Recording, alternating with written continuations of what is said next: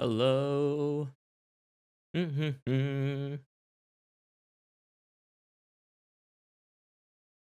made it this far, but we have a few more stories left.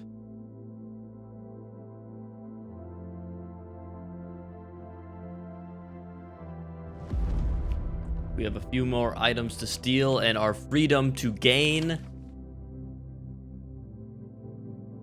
Welcome back to the Bookwalker. Here we are again. We wake up on the dawn of the day next to the final day. Our apartment is looking fucking good for once. Yes, hello. There's a job. I'm ready. Anything else? No. The order's at your door. He sure is strange today.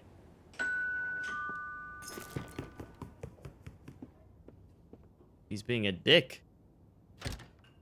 What's new, I guess? Hello, welcome back. Easy to get a new one. Let's get this out onto a tray.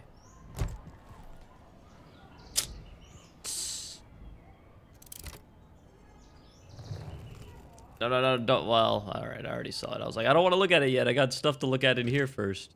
There's always little... Not as spacious as I expected. It seems Etienne has gotten very into gardening. That smells wonderful. Is this blue flowers? Is this perhaps some Earl Grey tea?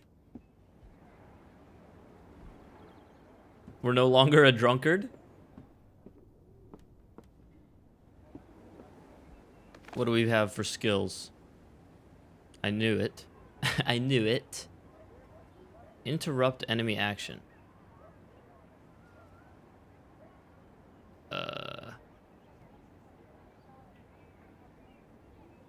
Interrupt enemy action. This seems... We don't need more AoE. That was the false promise. We never needed more AoE. Interrupting enemy action seems like what we were already doing with the stun, but that's what I'm going to choose.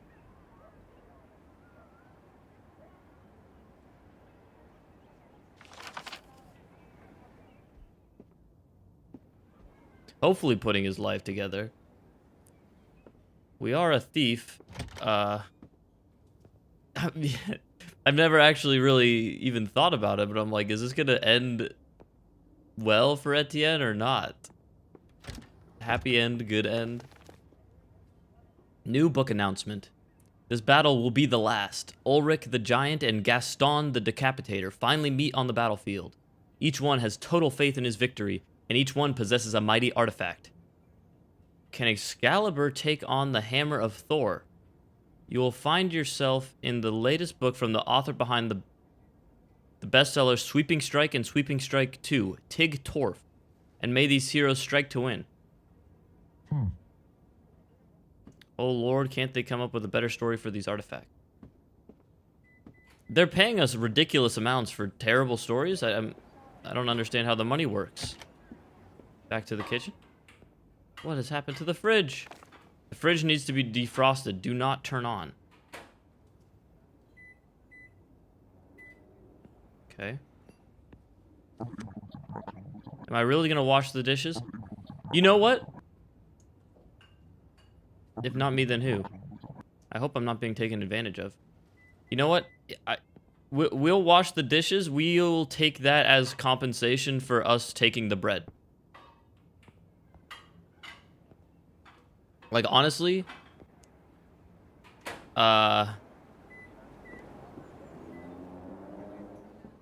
Like, if they're gonna... They can't... Look at all this stuff that we're doing. I decided to do some gardening, too. Yeah, in the fucking hallway. Oh my... You have stuff everywhere, Etienne! Do your neighbors not care?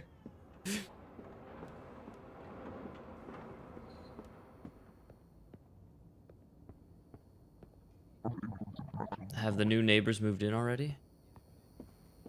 Any juicy stuff? The stories suck, but if they get yeah, I guess that's true. It doesn't really matter as long as they're popular and they sell. All right. Oh yeah. Mr. Quist, I would like to congratulate you on your purchase of an apartment. You were not the best of renters and were constantly late with payments. However, when you told me you were prepared to purchase the entire apartment, I was overjoyed. I am delighted that you have a new source of income, since, as far as I understand, you no longer write for a living. It seems you made the right choice. I wish you good luck. Mr. Askold Bermendel. So from what I understand, we weren't getting paid very well for these thieving jobs, but I mean, clearly it was fucking good enough. I wish I could buy my apartment straight out. Well, not really, but I wish I could buy something straight out. A strange note. The contractor agrees to infiltrate Timeless Mansion by Helena Roberti and extract an item, the cursed clock. The client agrees to pay the negotiated sum upon fulfillment of the contract. An excerpt from a review. Fresh and original as always. Nowadays, there really aren't enough authors who are this original and can also release new books so fast. That's a good review for once. Timeless Mansion. Woohoo! And in we go.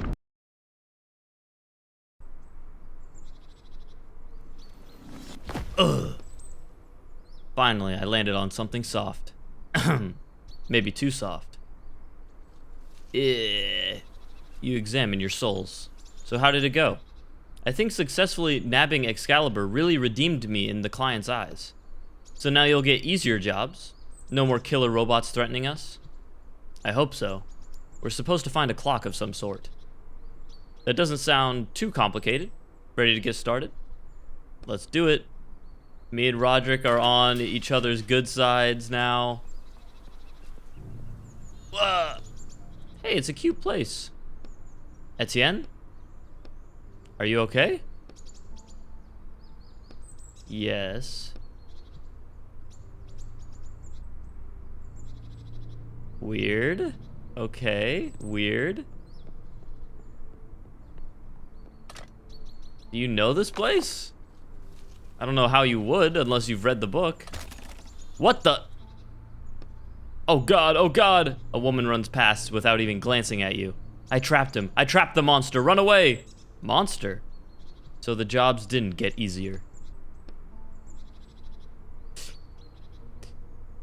I'm going straight to the basement. I don't care.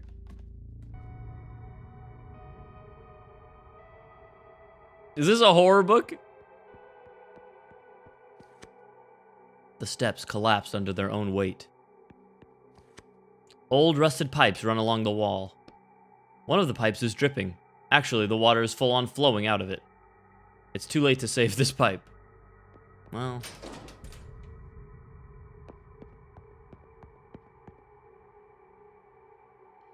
Damn, girl! Get back here and let me out! I'll find you, and your friends too. Do you really think this cage can stop me? Is this the monster? Who are you?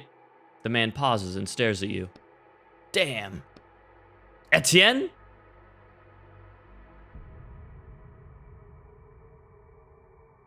What the hell's happening? You know him? Etienne! The man's eyes seem to burn through you. You look away, but not before noticing that the man's hands are trembling with anger. I think we should get out of here quickly. Stop right there, you bastard! Answer me. What did you do with Amanda? Where is my wife?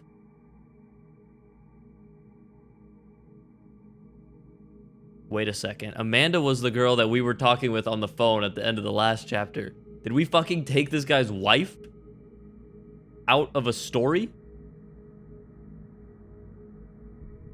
Is that why we went to jail? What the fuck? Hold on, what does all this mean? Not now. I'm gonna loot first, though. What? Did we take that guy's wife?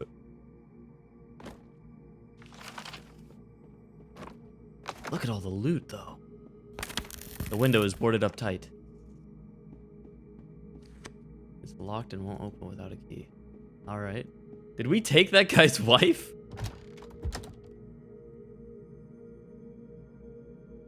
I'm just gonna check, but this is the front door. Why does that fellow in the basement know you? This book. Oh! This is Etienne's book. Why didn't you notice? It was written, the author did say a different name. He ghostwrote or something? This book, I wrote it. What do you mean? I created this mansion, but I was arrested before I had a chance to finish the book. So how did your client get this book then? But we've only been stealing from books that are on the market. I imagine the rights to it went to my publisher, and they decided to have another writer finish it. So that's why the dreadful man in the basement knows you. You created him. Yes, but not like that. It was the story of a generous aristocrat who lived in a beautiful mansion with his wife.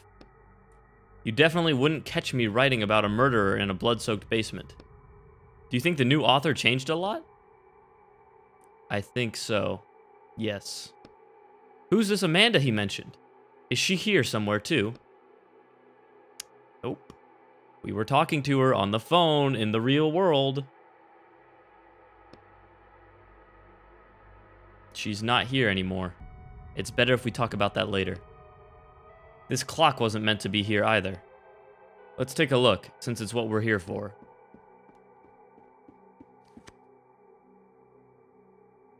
This motherfucker, like, wrote himself a wife or something. You see an ancient clock. The steel frame around it is covered in small inscriptions, some of which are impossible to make out. There's something written here. The clock master's lifetime. Something something with the time on the clock itself. It's too bad it stopped. I'm guessing we need to bring back a working clock? Etienne? Yes, a working one. You notice 3 huge holes in the mechanism. There are 3 gears missing. We'll have to search the whole mansion. Well, you should know your way around here pretty well since you created all this. Are we at the end of the book? That's right.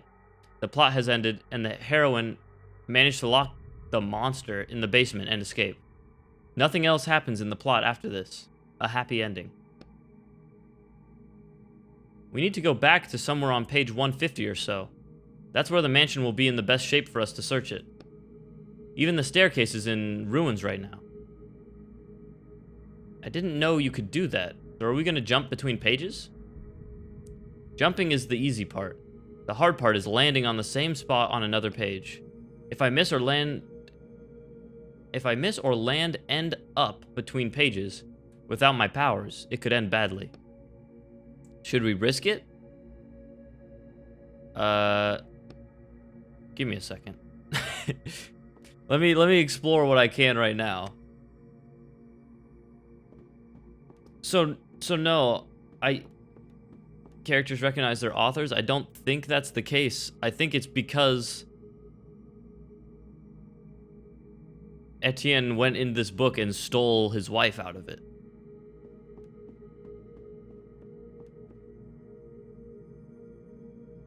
Because Etienne was talking to a girl named Amanda in the real world on the phone.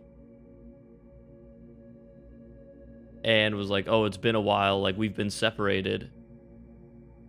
And Amanda is this guy's wife. And he went to jail before he finished this book. I think he created Amanda and then took her out of the book. And that's why he recognizes him, because he came in here and took his wife.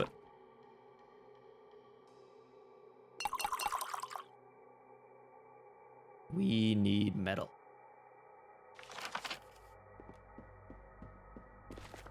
Portrait of the house's master before he changed. Kitchen is the only place we can go, so let's just check that out first, and then we'll time travel. This was a room for entertaining guests. Looks like the master of the house became less social, and his definition of entertainment changed too.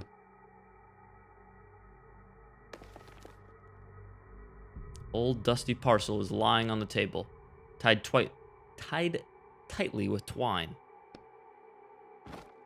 Metal. We need more. We need more than that.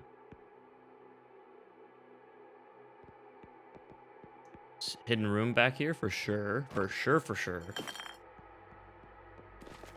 The master is clearly not a modest man. Never mind. There's notes. I swore there would be a secret. Well, no, because there seems to be... I don't know how it works with characters, because Roderick, if you remember, Roderick is a character. Roderick is a character from we don't know what book, currently. We found him in the first book, but he was on a dead walker who had taken him into that book, and then we took him out. So there must be some way to continue to live as a character outside of a book.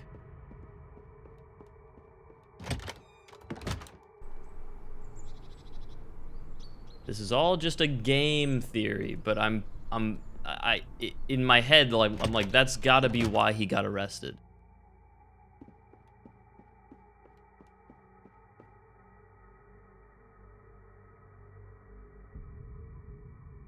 We only have his own word that Roderick is a character. I mean, I guess that's true, but I don't know why he would lie about it.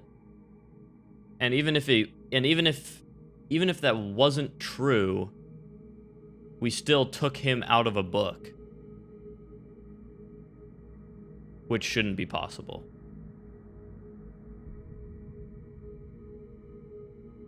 Because everything that Etienne brings into the book gets trapped. Like when we brought the sledgehammer or the fire extinguisher, everything that we've brought into the book from the outside gets destroyed. Except for Roderick. Roderick we've been able to bring in and out. Alright. Go back in time. I think it worked. We're on page 120 now. It's a little more pleasant here, don't you think? Etienne, you don't want to keep doing this, do you? I can't cancel the job. I don't really have a choice.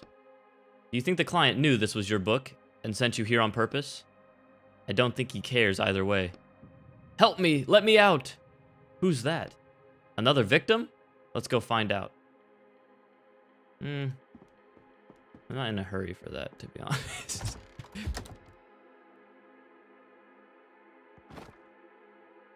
Now the cabinet is locked. Okay, we need a lockpick. The kitchen. So someone dies here in this kitchen. Ooh, papers. Okay.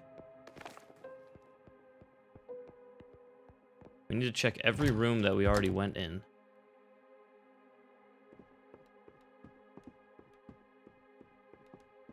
We can go back to the hallway. I mean, we could go to the basement, maybe.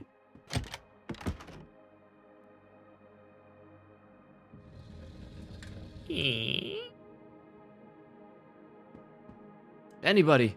Hey, Jonathan, guys. See, and that's the weird...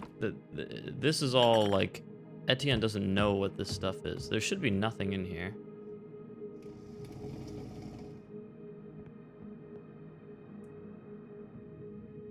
You look at the empty cell.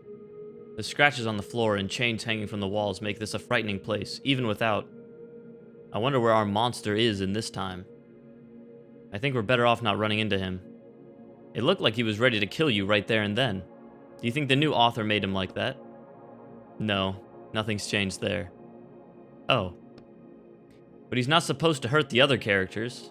You examine the manacles on the wall. And this change in him bothers me. Looting. Tools. This is just the outside, right? Kind of.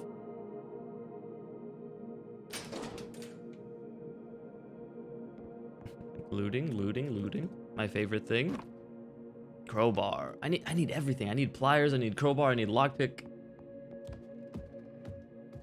I need every single thing right now. Alright, let's check the storage room.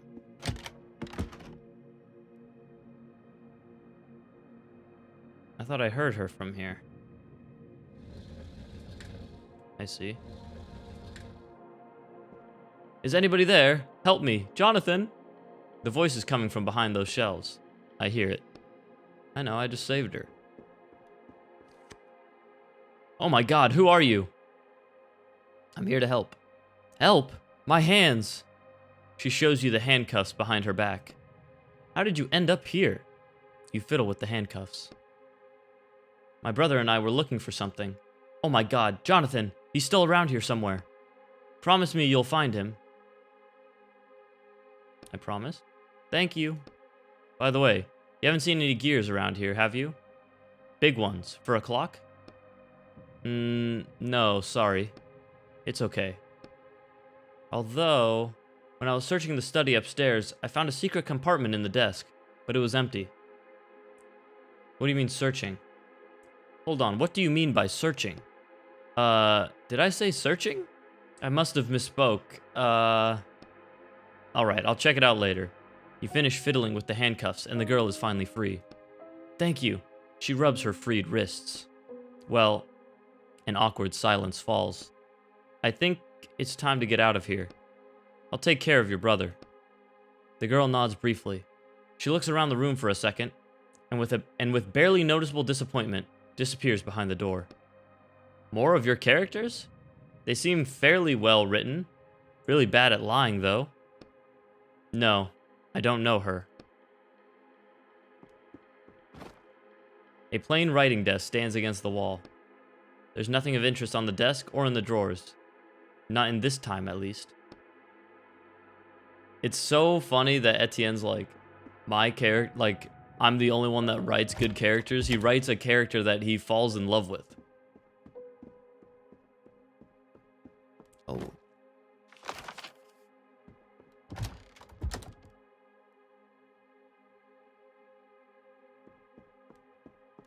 He's biased. Oh my god. Can we go up here? Crowbar. Do we have enough? We do have enough. Let's go make a crowbar.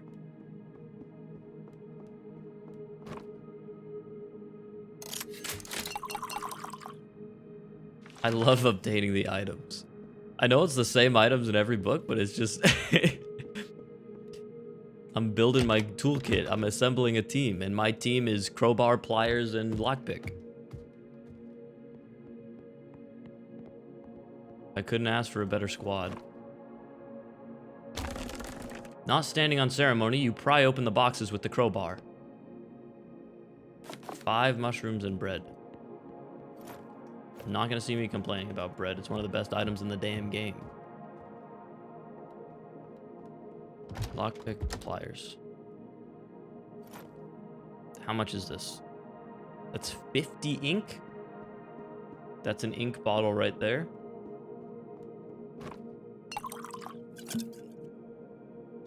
Alright, let's go.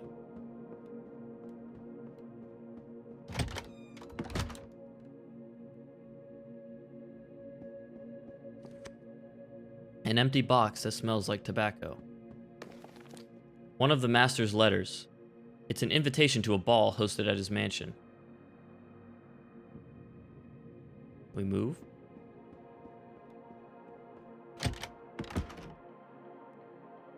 This is the mansion master's study. It's so sparse. Apparently, whoever rewrote your book didn't know much about creating pleasant settings. I don't think it's all that bad. Oh. They're like, Damn, whoever rewrote this book fucking sucks. He's like, actually, this was me. These gears won't fit in the clock. More crowbar parts. Metal, that I need. Crowbar parts I don't need. I need a lockpick. This is the mansion master's desk. Search desk. Old documents are scattered across the desk, and the desk's only drawer is completely empty. There's nothing here. Examine secret compartment. You notice the bottom of the drawer has a strange edge. You press lightly on the bottom and discover an impressively large secret compartment underneath. This could fit a whole gear. It could, if someone had put one in here. You close the drawer. Should we check out this desk in another time, since it had to be here at some point? I hope so. This is a very interesting concept to a book. I mean, it's not even his concept, but being able to flip between times in the book is very neat. Can I create this lockpick now? I can. Okay. Pliers, we only had one place to use it. Lockpick, we had two. This. Not this. No. It's the cabinet. Is the cabinet in the kitchen?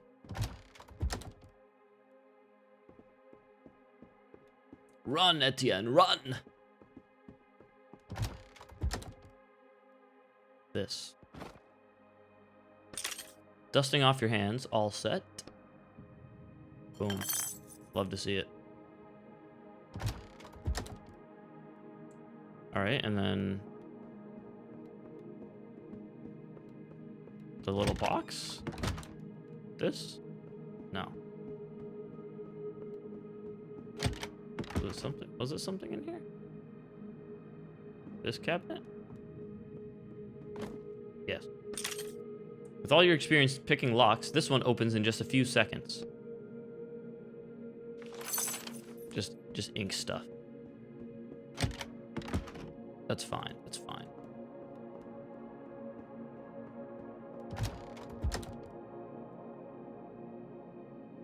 We can probably actually make another ink bottle.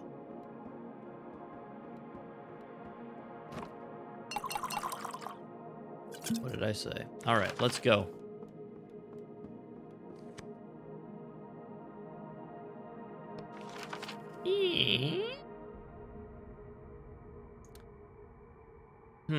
Okay, so it's only the two. Interesting, okay. So we can only flip between destroyed and not destroyed. But when it's destroyed, we can't get upstairs, so...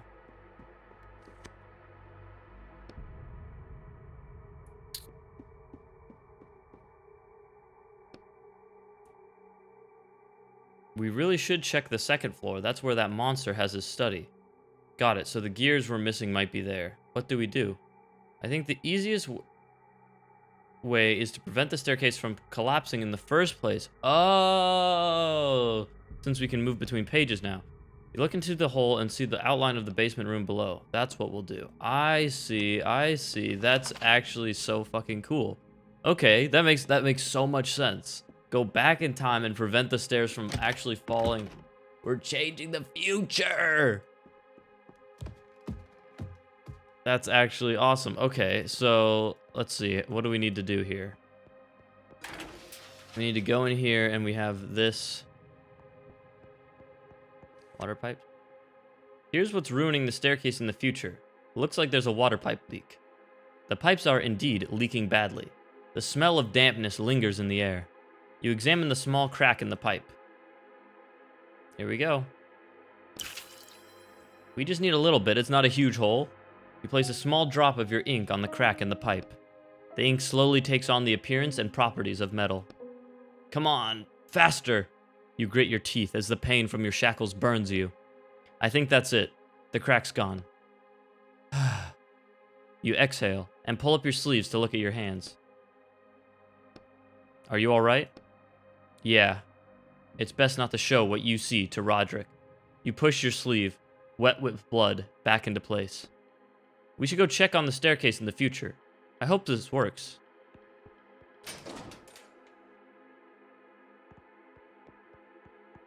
I hope opening this... No, it shouldn't have. I'm like, opening this room in the past definitely didn't open it in the future. Probably. Hopefully. Okay. Hey, look, it worked. The staircase is fixed. Let's go see what's left of the second floor. That's awesome. Okay. Now we can... More metal. We're looking at... We need one more piece of metal.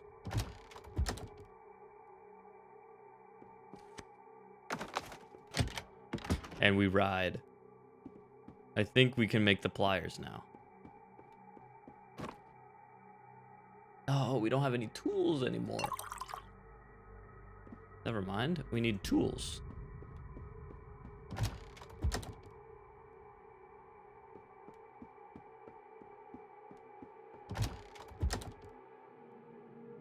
Look at all the gears. Tools.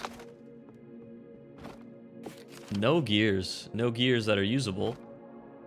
Examine secret compartment. We've read this. We've read this all. Bingo! One of the gears you're looking for is inside. Too bad there's just one. Take gear. Let's go put it in the clock, and then we'll look for the rest. Also, we have to save that girl's brother, who should be somewhere in the past. So much to do. I get it. The more gears we have, the more versions of the... I don't know why that scared me so bad. A man is standing in the hallway, holding a strange walkie-talkie and flipping various levers on it. Mariah, come in. Damn it, Mariah! The only sound coming from the walkie-talkie is static. The man taps it angrily, as though hitting it will help. Damn, I think he's... You notice the man's police hat. The man suddenly turns around, and you see that his face is made of paper. Oh no, he's from the real world! Stop right there, criminal scum! Breathing heavily, measuring you with his eyes. He raises the walkie-talkie to his face. For the record, during a routine patrol, Sergeant Kiko Brights encountered an unlicensed bookwalker. Are you telling me that the Bookwalker Society has policemen that go inside of books to make sure that no one is inside the books? To hell with you. He notices that the walkie-talkie still isn't working. How can I help you? State your name, at the very least, and remove your disguise. No? Why the hell aren't you saying anything? State your name, and I'll note it down as mitigating circumstances. Don't make me use force. My name is Robert Potter. I mean, James. Yeah, James Potter. For the record, the unlicensed bookwalker refuses to state his name and is lying to the officer. He is also concealing his face behind a mask. Take that off right now. Maybe it's best if we do as he says. If he finds out who I am, he'll find me in reality, and that'll be the end of me and you. Keep lying? I don't know what the problem is, officer. I'm a licensed bookwalker, and I'm here by order of my publisher. Oh yeah? And who's this publisher that sends their employees into books that haven't been pulled from stores?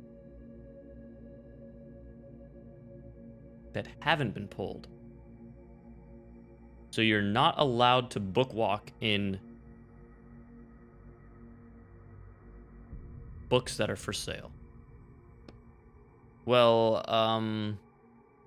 we have a special kind of publisher. I get that makes sense, because then it's like, then you can't steal the concept from things that are like out there. But if the book has been pulled from the shelves, it's like fair game, I guess. The man starts striding towards you, unbuttoning his uniform jacket as he approaches. You raise your fists, preparing to defend yourself. It's too bad Mariah's not here. She really loves beating up thugs like you. For the record, commencing neutralization. Disable skill.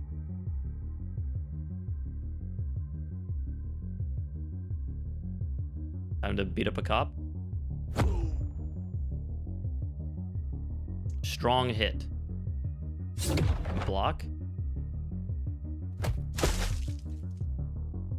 Now what are you gonna do? Strong hit? We shield again? Strong hit, we shield. Drain ink. Okay, we'll drain you then. Drain ink, we drain. This is where we go infinite. Strong hit. This does 2 to 3 damage. God damn it, I wish we had the damage version of this. We block. We block. We block. We block, we block, we block. He misses? Oh, it only lasts 1 turn though. Okay, we block. Come on, bro. Change it up. Change it up. We block. Drain ink. Now we're in it.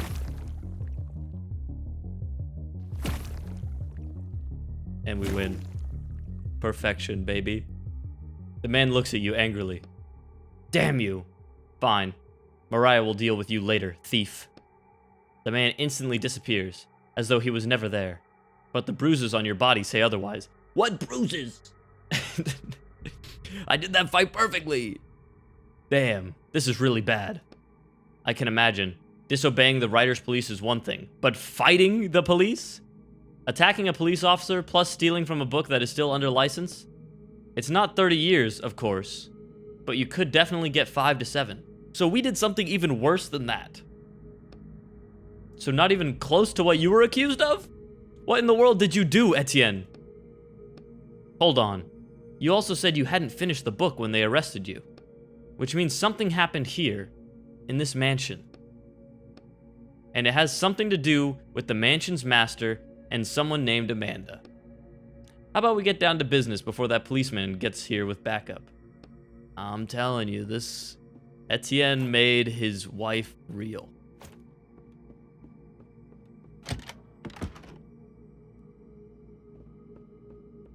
I'm like 100% convinced I'm correct now. Pliers, baby. We're also in the right timeline for the pliers. Right here. Cut twine. You easily cut through it. Think there's something useful in there? Look inside parcel. Well, we can make another ink bottle. Run, Etienne. Sometimes this man does not want to run. Okay. So now I imagine we put a gear in and we get a new timeline. We put the first gear into the clock. You hear the furious cries of the mansion's master coming from the basement. You think that will help you, Etienne? You don't even know what that clock does. How did he know we were... We need to find the other 2 gears. Well, let's speed things up a little. I feel really uncomfortable in this place. I thought you'd be glad to be back in your... No, I'm not. And this isn't my book anymore. They twisted and destroyed everything they could here. I wish I could burn this whole book to ashes. Alright. Let's start with that girl's brother. Maybe he knows something. Since as far as I can tell, they investigated all this already. We didn't see him in the past. Can you jump even earlier? Yeah. 1990, baby. I guess today is our lucky day. So many jumps and we're still in one piece. Maybe it's because you're so skillful, Stop it. Hey, sorry. I'm just trying to lighten things up a little. Thanks for trying.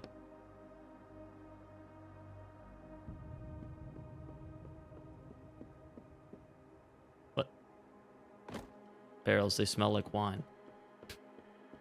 Oh, look at this. This is blocked off again, too.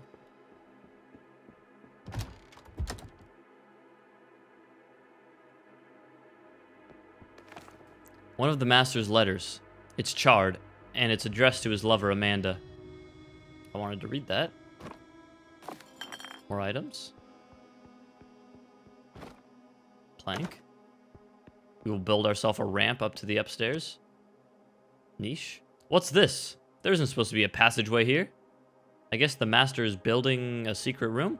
I knew there was something behind the paintings! The mansion's master wouldn't tear down this wall himself. He's a well-off aristocrat. His servants should be around here somewhere. It's probably their work. I don't see any servants in this time. Looks like the new author took them out of the plot. Do you think they put them in another book? Of course not. No one in their right mind would take a character out of a book. I'm right. I'm so fucking right. He took a man out of the book. That breaks one of the most serious writer's laws. They probably just got erased. Whoa. We need to search this place in different times, since there might be a secret passage here. Alright. I knew there was a damn secret passage there the whole time. I knew it. You just wouldn't let me.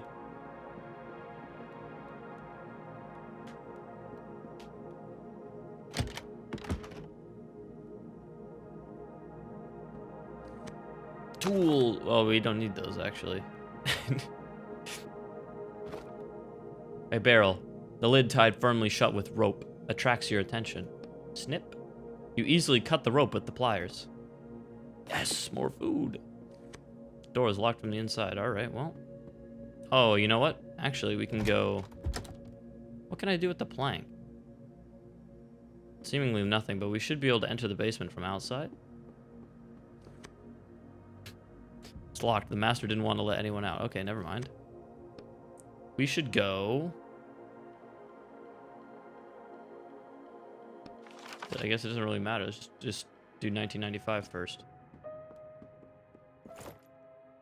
The plank is junk. God damn it. I thought it was useful. I thought we were going to create a ramp or something. This painting caught my eye right away. I figured there must be a hiding place behind it. Why didn't you say anything? I knew there was. Why didn't you say something? I don't know. Well, we definitely know what's behind the painting. Now, how do I open it? Examine. You look behind the painting and see that it's mounted on vertical runners set into the wall. I think it slides upwards. Lift. You push gently, and the picture slides upwards. Yoink. Secret door. This is Jonathan. A teenage boy is standing in the middle of the room, covering his face with his hands in fright. Hey, let's talk. Don't kill me. We're not associated with your kidnapper. Are you Jonathan? Yes. The kid lowers his hands and tries to get a glimpse of you in the light. Well, we kind of are, but not in the way you think. Damn, that's a cool mask. I told everyone we should wear masks for this job too, but they just laughed at me. Your sister asked me to find you. Sister? I don't have a sister. Well, that's what she told us. Hold on. Was she a short girl? Samantha? She's still here? No. We helped her get out. It was her idea to rob this mansion. She promised us there was a ton of loot inside, but all we found was rotting walls and that psycho. How many of you were there? 6. But 3 ran away right at the beginning, and we saw him kill 1. Well, I'd say they definitely did some work on your character here. He's not mine anymore now. You can still fix him, right? I can fix him. I can fix him. I can fix him. I'm afraid not. So you're thieves? Not really. We're more like... Well, yeah, we're thieves. Okay, I'm something of a thief too. Whoa! The kid looks at you like he's found his new hero. By the way, have you seen any gears, big ones, around here? Gears? No. Are they valuable? Not really.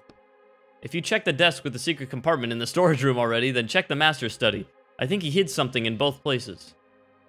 Secret compartment in the storage room. I don't think I saw that. We actually already found a gear in the master's study, but nothing in the storage room. He's got this crazy thing set up with a double false bottom. Did you get it open?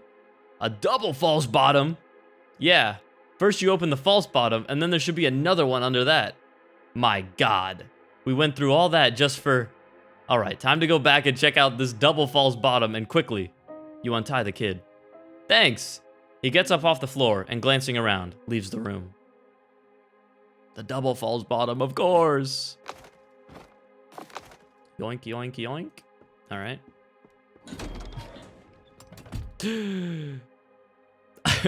Something about the police officer scares the shit out of me. A familiar dark blue police uniform appears in your peripheral vision. However, the woman in uniform seems completely calm and collected. I'm Sergeant Mariah Glowitz, the woman says casually, tapping the badge on her chest. You're under arrest on suspicion of plagiarism and attacking a police officer. She pulls on dark leather gloves. I advise you to stop resisting and come with me. And if I don't, then I will have no choice but to use force. She balls her hands into fists and grins slightly. Well, in that case, I apologize for making you use force. You roll out your shoulder, limbering up. Disable skill. You definitely stun when they do that. Strong hit, we shield. Just wait for an opportunity. Just wait for an opportunity. We shield. We shield. We just gotta be patient. It's all about patience. If I could make the shield last for longer amount of time. Drain. This is our chance. We drain when they drain. We stay positive. Strong. Okay. Well, we're back to this. Like, if the shield could stay up if they missed, we could do this so much faster. I assume we get to upgrade the shield after this book. Disable skill, we stun. We're gonna have to drink a bottle. We're gonna have to stun them again. I can't have them disabling shield is the reason. We drain. And we drain, and we win. Simple and clean. Mariah is breathing heavily. She's leaning to the side, but manages to somehow keep her balance. This isn't over, thief. The whole police force will come looking for you. Before you can blink, Mariah Glowitz disappears from the book. Are you alright? I've been better. You straighten the crumpled papers on your face.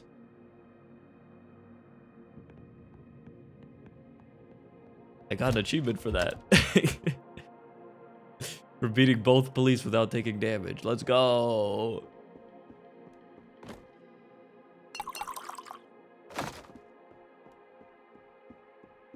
Wait, no, the storage room is over here, right?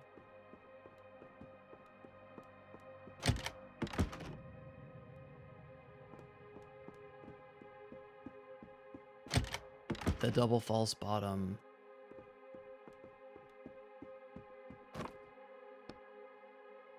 Search the desk. You quickly find what used to be a hiding place. The false bottom is sideways inside the drawer. It's empty. We should check in the past. Son of a bitch.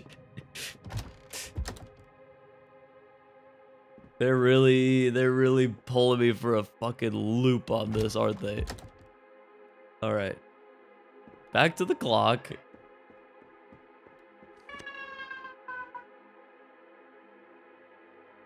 Oh my god, the sirens are loud.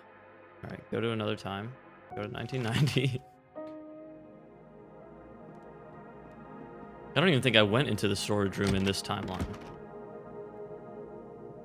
No, it was locked, that's why.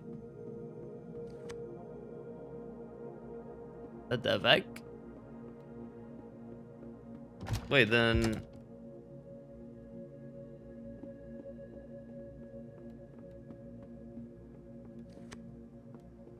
Okay, so let's go to 2000. And then let's go in the kitchen.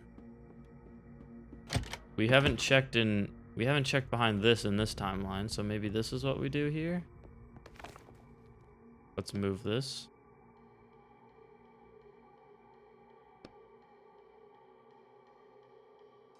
The painting turns out to be extremely heavy. You can't pick it up, but you manage to pull it towards you and move it to the side. Looks like we just kind of threw it on the ground, but okay. A charred love letter addressed to Amanda. Signed by Etienne Quist. Mm-hmm. Uh-huh. Look at that door. Oh, it's just the door. I thought there was a secret door underneath the pallets.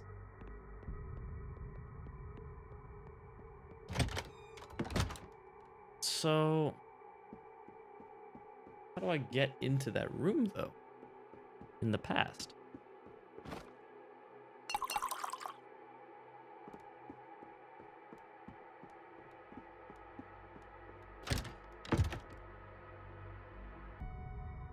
And it's blocked in this timeline. Locked and won't open without a key. Eh? There's only one timeline I can enter it.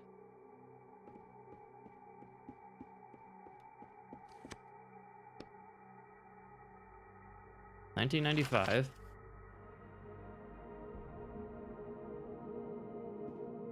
This is the only time that I can enter it, right? Am I not, like, looking at the false double bottom or something?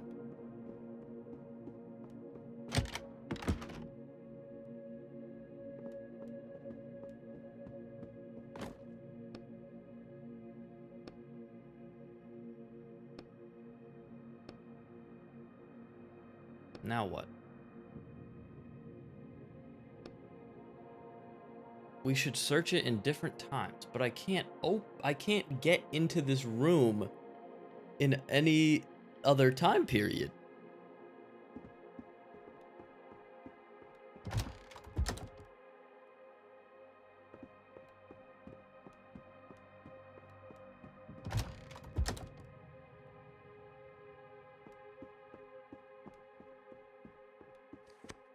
Okay, we need to go to 1990. It has to be in 1990 because it's in an earlier time.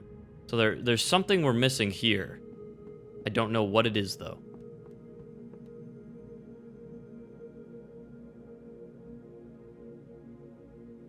Ah! All right. Try going outside again. Locked.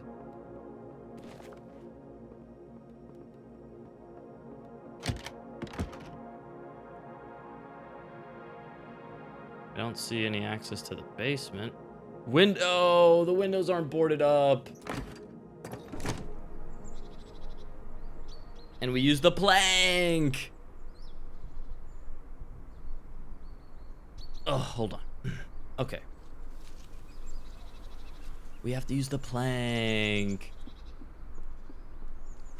Can you jump it? You look down through the hole at a dried up thorn bush. How about we look for something to put over the hole, like planks? Fixed balcony. Let's see. I hope it holds. There we go. There we go. A plain writing desk stands against the wall. There's no way it's not important since it was behind bars. You open the only drawer, but it's empty. So if you assume the author rewriting someone else's books isn't particularly intelligent, then it's obvious. You push on the bottom of the drawer and open a secret compartment underneath. Another false bottom. Your thought process is good, but it's still empty. You feel around inside the drawer just in case, but you don't find anything. Am I missing something? Do I need to check another time again? Maybe we should search the other rooms? We haven't checked them all yet. Okay. No. Keep examining. Remember what that kid said about the double false bottom? I guess the new author is more clever than I thought. I mean, to come up with a double false bottom really takes a higher level of thinking. Take out the gear. One less gear. Does it take a higher level of thinking? It's one of those things where it's like, we should take the key. It's one of those things where it's like so dumb it's genius.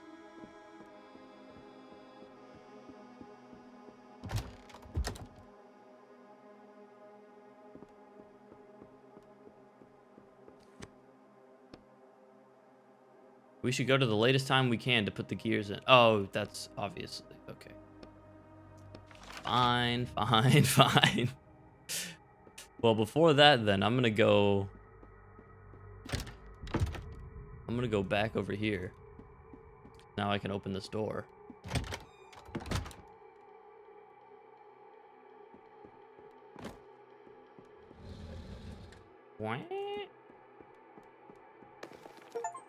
One of the master's letters. It's an invitation to a meeting with him. Search desk. False bottom. Okay. That's it. Just a letter.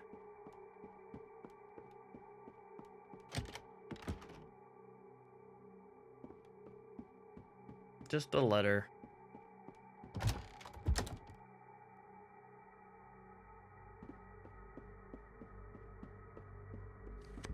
Okay. Now we just need to find the third one, and the clock should start working again. Etienne, you asked about Amanda. The wife of that maniac in the basement? But there's some things I was able to figure out using the powers of deduction. So you created Amanda and her husband, and the cute little story of their cozy backwoods mansion. And then, you and Amanda started to get, well, close. What gives you that idea? Back when we were in the car, you told me you always try to make your characters realistic and well-developed. And my guess is that Amanda turned out exactly that way. Your powers of deduction, or whatever you said, are pretty good. But then you took Amanda somewhere. And that's the part I don't understand yet. Where could you have taken her? There's no trace of her in the book. Wait, you didn't. You took her out of the book. I get it. The things you do for love. But, Etienne, you do realize you're not just messing with the writer's law, but with more serious laws. Human laws. I'm paying the price for that now. You raise your shackled wrists. In any case, we both knew what we were up against, and what would happen to us. So that's what they arrested you for? 30 years for what you did? Broke one of the most serious writer's laws. Extracted a character who then turned into a real, living human. Where's Amanda now? Do you live with her? In the end, we broke up. Despite everything you went through. Indeed. So getting back your ability to write, it's probably the one thing in my life that I can at least try to fix. Smiling weakly. So that's why you agreed to take on these jobs. Bam! Lose something, Etienne. The mansion's master is holding the final gear. Damn it. So, where's Amanda? The man is trying incredibly hard to stay calm, his head tilted slightly to the right. Where is my wife? The man pauses for a second, tilting his head to the left. I can't be forgetting her. I can't. He starts rubbing his temples furiously. We don't need to bring up Amanda. Just let me try and help you. Let me try and rewrite you the way you were before. Are you sure? What about your shackles? Damn. You're right. The man continues to rub his temples, his eyes unfocused. I remember her. With you. And now I can't find her anywhere. He looks at you, his head slowly tilting to the right again. At the same time, his minor attack of confusion passes, and his anger rises up in its place. Bring her back. I can't. You stole Amanda from me and left me here alone? Then someone else came. He did something to me.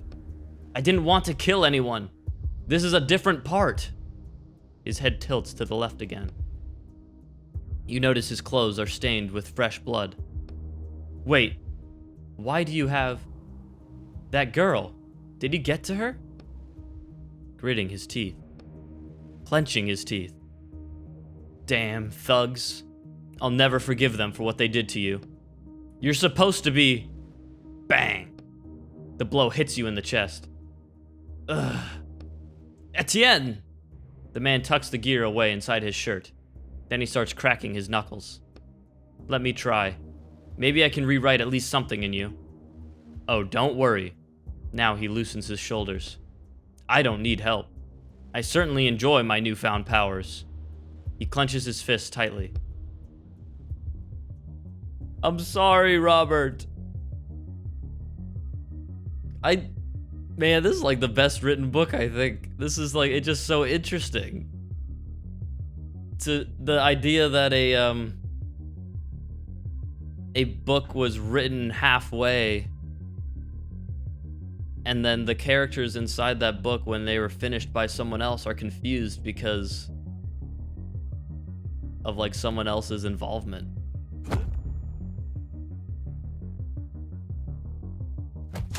Excuse me? You get 2 actions?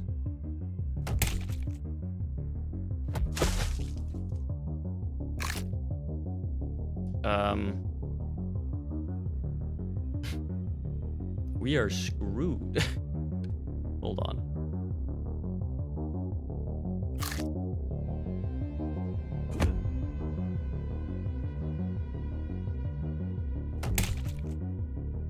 We gotta just start hitting him. Wait, we're gonna die. We're gonna die.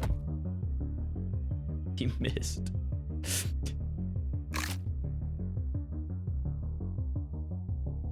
We cannot, we can't use 2 items in a turn. I don't think I ever realized that. We're actually fucking screwed.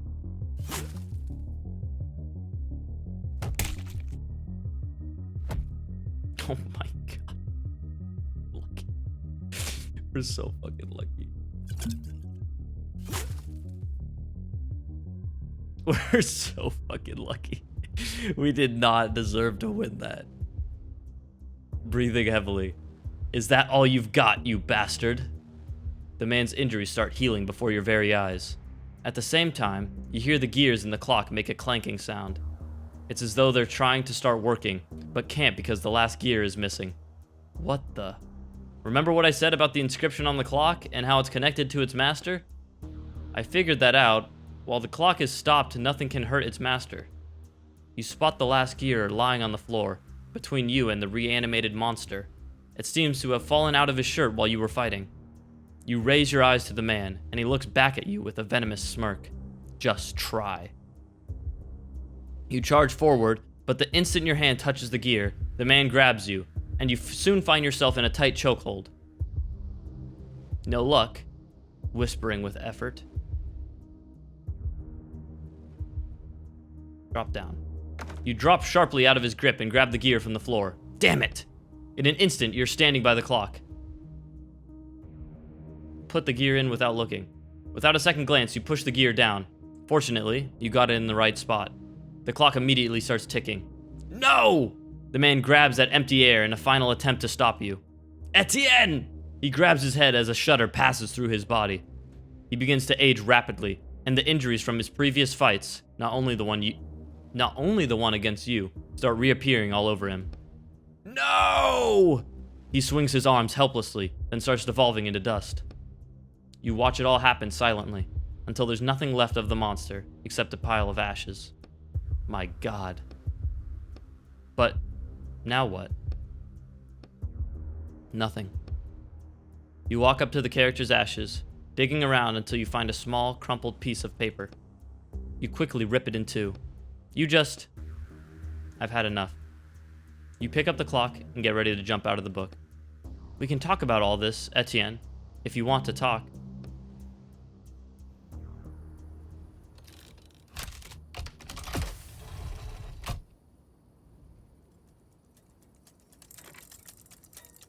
Damn. Mystery, romance, intrigue. That one's got it all. That was incredibly good. That was an incredibly good one. Like, holy shit.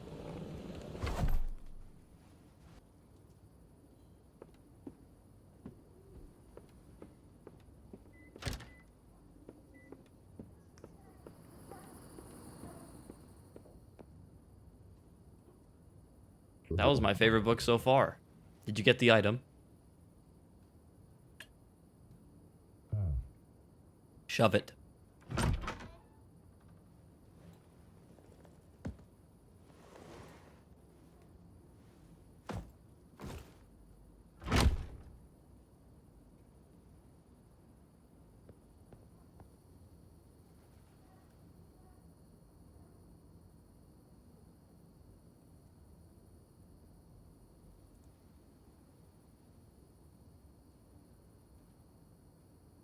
I'm so tired. I can't keep this up anymore. Poor Etienne. 2 minutes later. What the?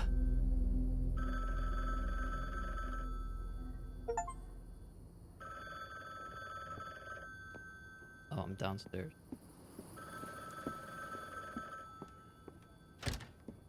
We've been through so much. Hello? There's an urgent job. I'm not... No, you're taking it. I think I've had enough. I don't want to do this anymore. Etienne, it's your last job. You knew what that book was, and you specifically sent me to steal from it. I'm just the middleman, Etienne. I don't pick the jobs.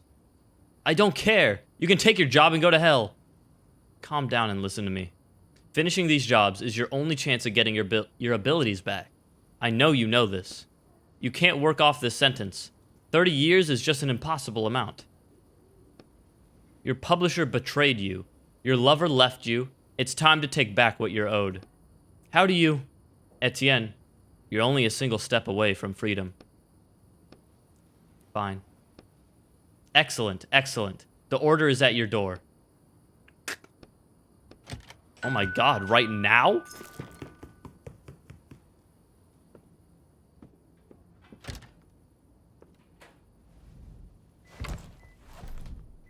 It's easier to get a new one. This last stretch of the game is... I'm like, this is too... It's too exciting. What the hell? You're messing with the formula! There's gotta be a play on Dune. Is there another... Heal on you... No. This is... We don't need healing. We've never needed healing. Never in my life have I needed healing. Increased shield duration is crazy. My only regret is this one. This one did not need to be AoE. Because rolling that 3 damage is so huge. So if it could have been 3 to 4 damage, yeah, it's would have been huge. The contractor agrees to infiltrate Heart of Sand by Samantha Muri and extract an item, the weather controller. The client agrees to pay the negotiated sum upon fulfillment of the contract. An excerpt from a book review. And so I was expecting a significant emphasis on classism, on the difference between the lives of people in the Upper District and the train-dwelling nomads. However, in writing the Upper District as a sort of retirement home, rather than an upper-class sector, the offer avoids these themes, which I found immensely disappointing. I love trains!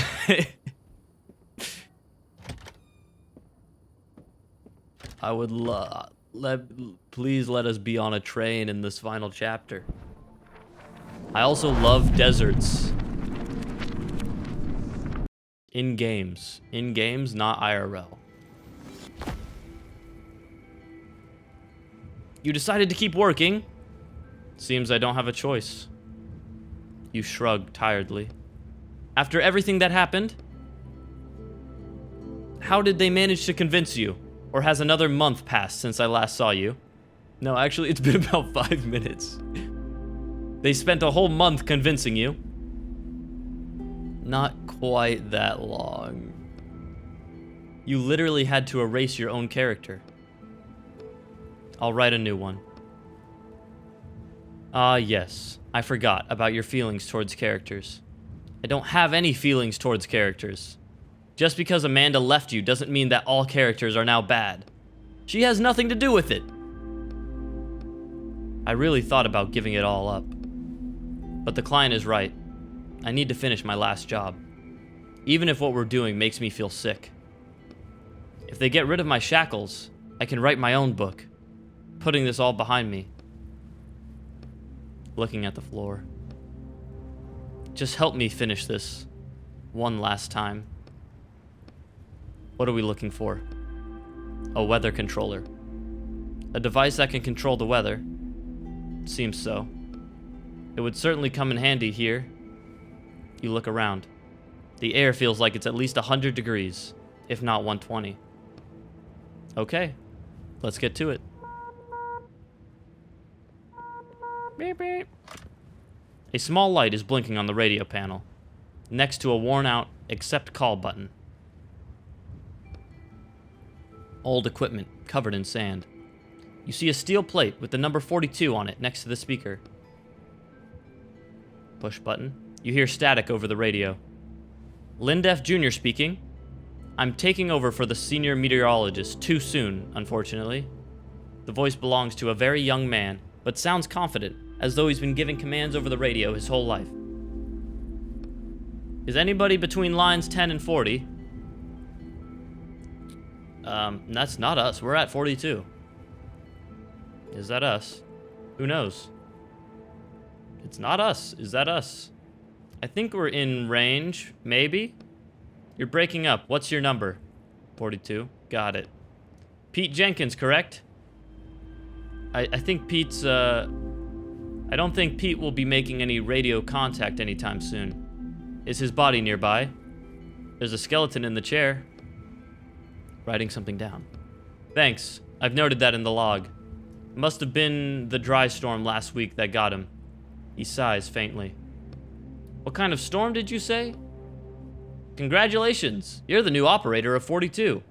So I'm obliged to inform you that there's a death storm forecast between lines 10 and 40.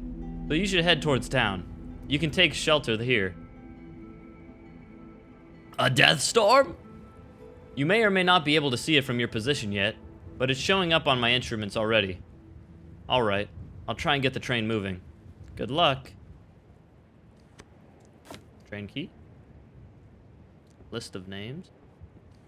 There's a long list of names scratched into the wall, and each one in a different handwriting. A sharp nail hangs on a chain nearby. Looks like this is a list of the train's previous operators. There's dozens here. Is this some kind of cursed train?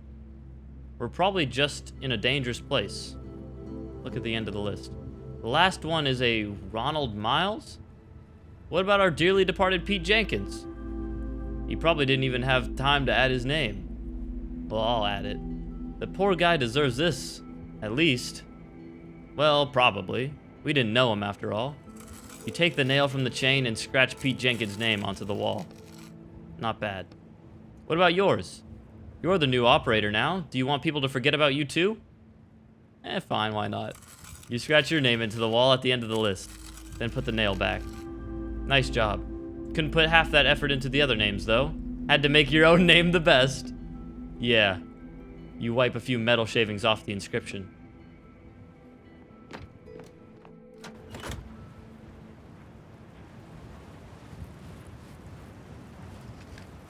This is sick. I love this.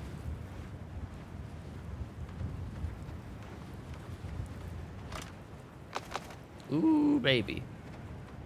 I love desert environments in games. Oh, wait, the oil. Oh, wait. Go back outside. I saw something shiny over here. Or was it just this? Probably just this.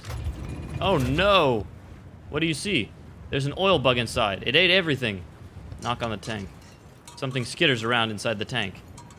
Can we skip the bugs? Is there no way we can get to town without the train? What? Are you afraid of bugs? Knock harder on the tank. Suddenly, an oil-eating bug jumps out of the tank. Grab the bug.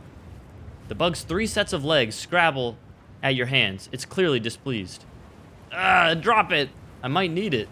You put the bug in the most secure pocket of your jacket. You doubt you'll actually need it, but you're enjoying Roderick's reaction. Okay, we need oil. The tank is empty of both oil and bugs. What a shame. Okay. Go back inside. What do we have right now? We have the key, and we have an oil bug.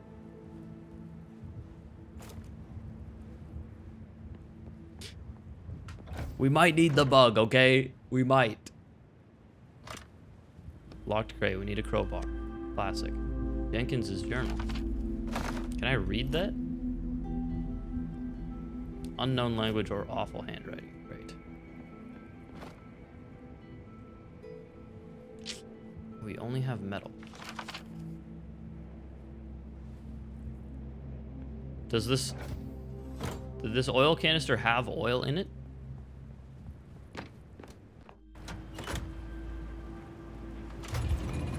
It did. Tank is small and the canister fills it almost to the brim. It's definitely enough to get you into town. Definitely. I'm thankful this is like an easier adventure game, because adventure games drive me nuts with their logic sometimes. Sometimes I'm like, I've figured out what... The worst is when you understand what the game wants you to do, but you don't know how they want you to do it.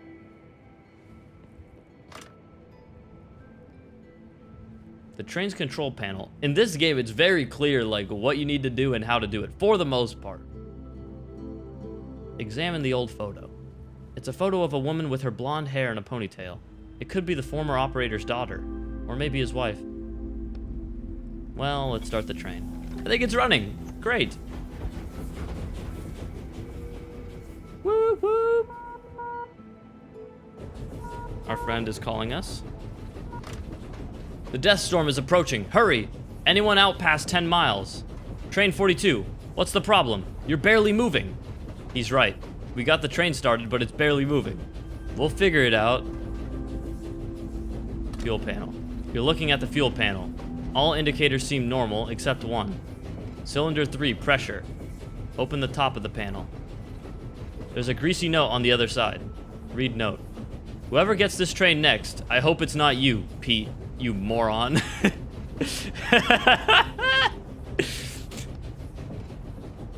The pressure in cylinder 3 has some stability issues. Sorry about that. Actually, no. I'm not gonna apologize. By the time you're reading this, I won't care anymore. Deal with it yourself. Just kidding. Try hitting the panel. That usually works for me. Good luck with the train. Well, you should definitely be able to do that. Let's hit it lightly first. Something inside clangs. Something cracks. The train starts slowly picking up speed. Well, that wasn't so hard. You pick up the radio. Great work, 42. I can see you're picking up speed. The weather has been all sorts of crazy lately, even here in town. Yesterday, a sorrow storm almost slammed us. And we haven't had one of those in 100 years. Do the storms usually miss the town?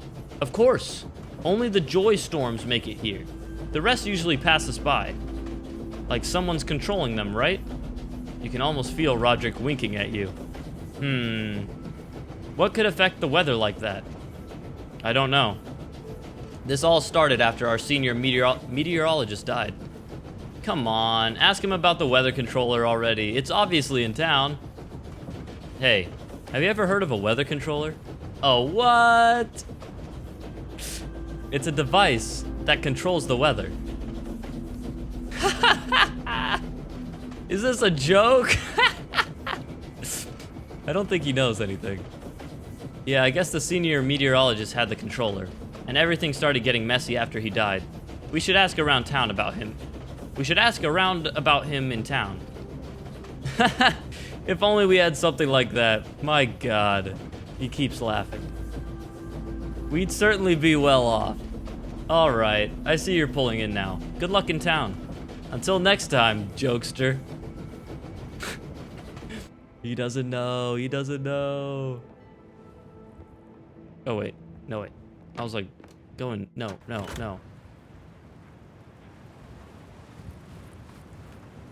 Anything over here? Probably not.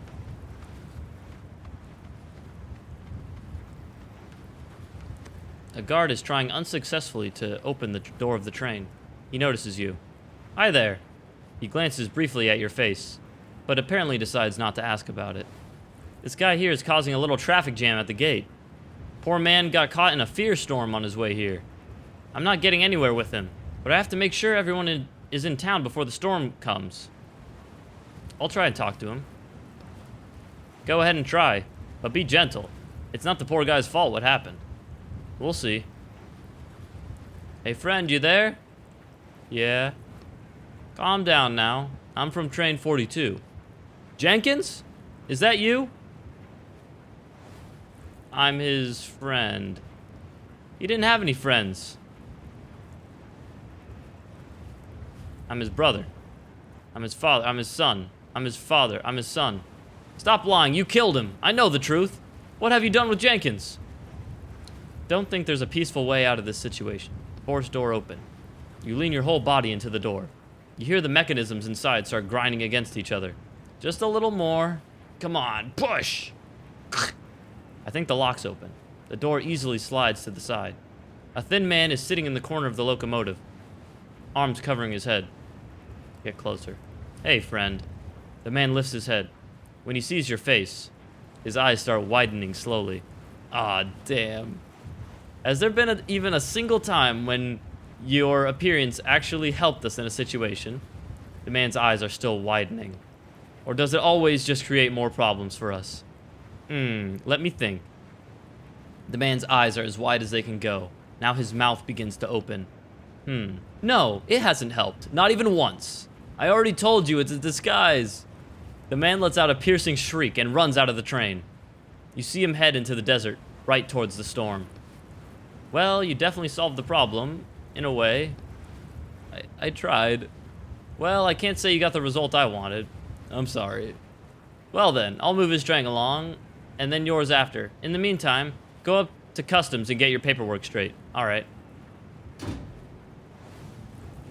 Well, we did it, technically.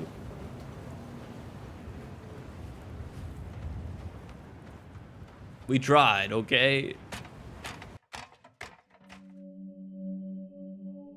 Maps. Hello. The inspector is sitting in the cold, dark office. He looks up at you, and in a bored voice says, "Train number? 42. The inspector digs through some papers. Are you Ronald Miles? No. Did you find the body of Ronald Miles? No, I found the body of Pete Jenkins. So after Miles, it was transferred to Jenkins, he writes in his notebook. And now, the inspector looks up at you. My name is Etienne. Just Etienne? Yeah. I'll write that down. Wearing a shabby coat with a strange rusty cage hanging around his neck. It's not shabby. His face, he looks at you, then looks down again, is apparently disfigured.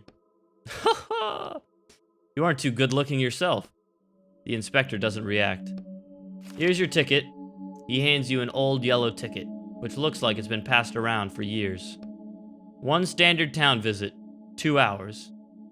Only 2 hours? You must sell all possessions belonging to the train's former operator before you leave town.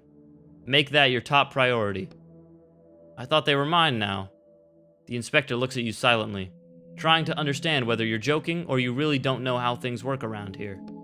The train is yours, the possessions are the people's. And what happens if I can't sell them all in 2 hours? The items will go to the people.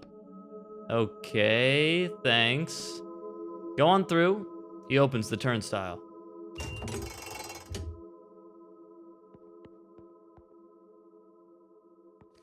Here we go. Well, I mean, did he even have anything? He was a skeleton.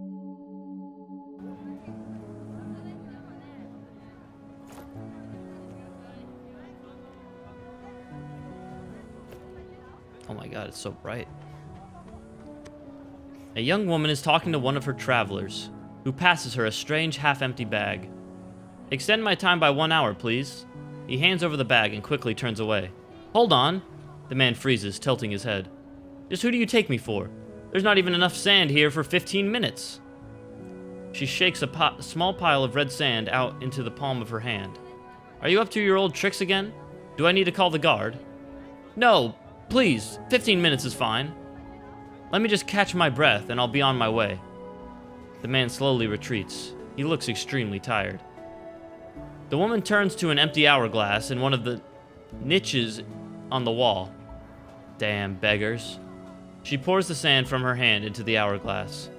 Then she picks up her radio, and you hear a crackling sound coming from the speakers, echoing all over town.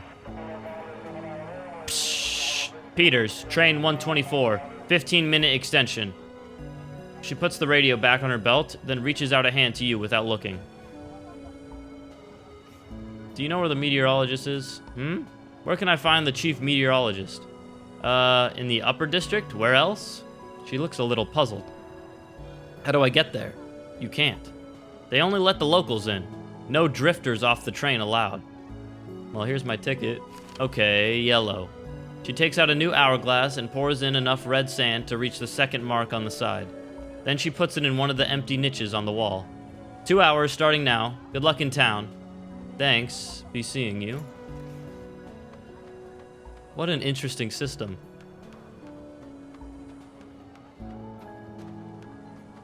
And the music is great here. 2 inspectors are standing by the train discussing something. I don't get it. Why don't you like the auction idea? We always sell empty trains at auction. This heap of scrap wouldn't even make it a few miles. It's not a train auction. It's a premeditated murder of one of our people. It needs to be taken off the tracks and scrapped.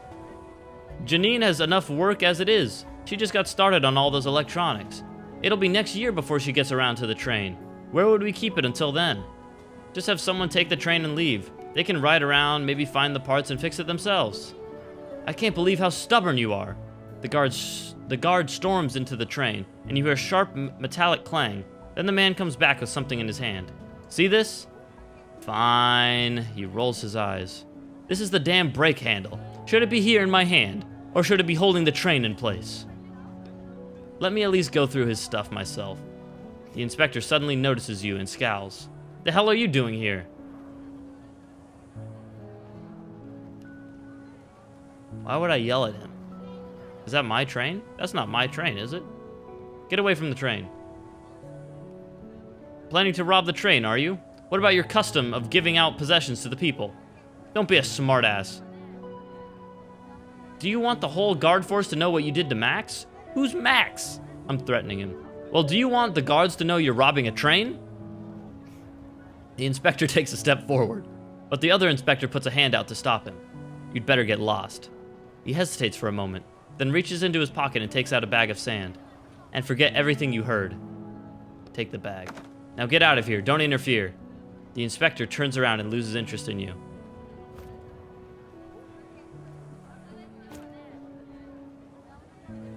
Okay. I blackmailed some people. Melon seller. This merchant is desperately trying to get your attention. His smile reminds you of late-stage insanity. Hey man, hey! Come over here, you got any sand? Yeah, plenty. Oh, hear me out. Buy a melon. Sand melons, they're delicious. The name sand melon seems to describe them, quite accurately. Small, shriveled fruits that look like they're covered in a layer of dust. Too much dust. Delicious? Looks like no one's buying. They're scrumptious, I tell you. You think I would sell them if they weren't? As for these, pay no mind. There won't be a single one left by evening. Sure. I should be going. Look at these TVs. Some CRTs, baby. A middle-aged woman is resting on the stoop of her train. A basin of laundry, children's clothes, sits at her feet. She stares at your train for a moment. She sighs, then leans against the train door, which buckles slightly under her weight. So you're from train 42, huh? She grabs a cigarette and takes a drag. Did you know the previous operator? Jenkins? Yeah. He was my husband. What? She gets up heavily and starts hanging the laundry as if nothing had happened. I'm sorry. Are your hands clean? Take off your dusty gloves. Pass me the clothes. She nods at the basin and the diapers inside. Her nod sends ash flying from her cigarette onto a pair of men's pants hanging on the line. Hand her some pants. You take off your dusty gloves and pick up a pair of white children's pants. You glance at your hands for a moment. This is the first time in a long time that they've looked human. All that's left are the thin scars striping across your palms. They probably won't ever fade. The woman takes the pants from you. Here's some sheets. Mm-hmm. She shakes out the sheet and throws it over the line. What's your business in town? Got stuff to sell? She blows her cigarette smoke upwards to keep it off the sheet. Yeah, your husband's possessions. Things. Just random things. Nothing interesting. The woman ashes her cigarette, and you see her glance quickly at you as she takes the sheet. So, Jenkins' possessions, do you need me to... Pass her a bunch of socks. You pile a few socks from the basin together and give them to the woman, but the woman doesn't turn around to take them from you. She stands with her back to you, not speaking. I'm sorry. When I found him, there was already nothing I could do. She nods weakly a few times. Turning halfway around, she passes you a cigarette. She already has a fresh one in her mouth and lit. You sit on her train stoop. I found a journal on his train. I guess it belongs to you now. Customs won't let me just give it to you, but I'll figure something out. She smiles. A journal? Jenkins didn't know how to write. He probably robbed or killed someone. Those aren't his things. These thoughts seem to have put her in a better mood. As she finishes her cigarette, she packs up and heads inside her train. A child's joyful laughter greets her. Man.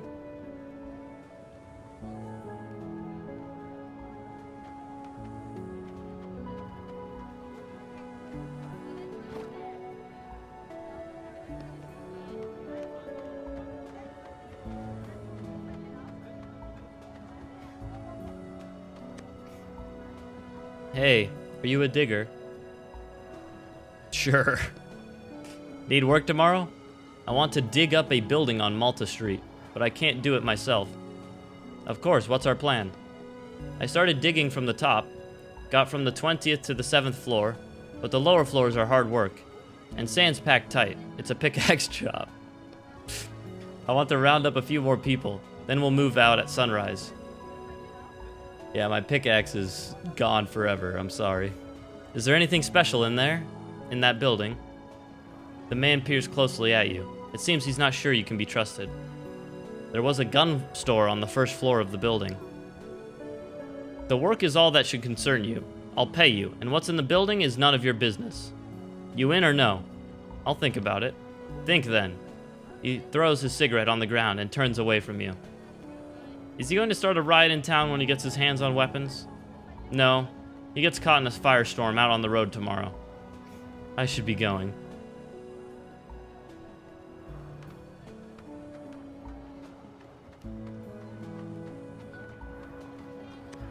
I'm not buying, leave. So many people here. The sound that reaches your ears seems impossible in the desert. Rustling pages, hundreds of pages. The table next to the woman's train is full of books with well-worn covers. Each one looks like it was taken out of an antique bookshelf. Hi. The young bookseller waves at you. Hi. Are you new to these parts? I've never seen you before. Her attentive but slightly unfocused gaze slides over you. Your paper face doesn't seem to bother her. Yeah, I'm new. Do you know everyone here? No, of course not. It's just that, generally, the same people bring their trains to the same station every time. Were you looking to choose a book? Oh, what an unusual choice. Why's that? People who choose this book usually want to hide from the real world and immerse themselves in fantasy. But I don't think you're one of those people. Well, you're wrong. Frankly, you're wrong. You carefully open the book. The binding is loose, and the pages, which are all different sizes and printed in different fonts, seem to be stuffed in at random. It only takes a moment for you to realize that you don't even know the language it's written in anyways. Well, what do you think? Keep looking. Why are the pages and fonts all different? I knew you were new here. The pages are different because I sewed the book together from various pieces. But it's hard to read like that. And from what I can tell, it's not really a coherent story. A lot of people like it. Besides, it's not easy to find an intact book in this wasteland, you know. I thought she was a writer, but she's more like a seamstress. The bookseller has a sincere look of curiosity and politeness on her face as she watches you mumble. Can you give me the short version of what this book is about? It's the story of a man who pretends that he's changed, and become the best version of himself, just so he can keep people around him, even though he's actually...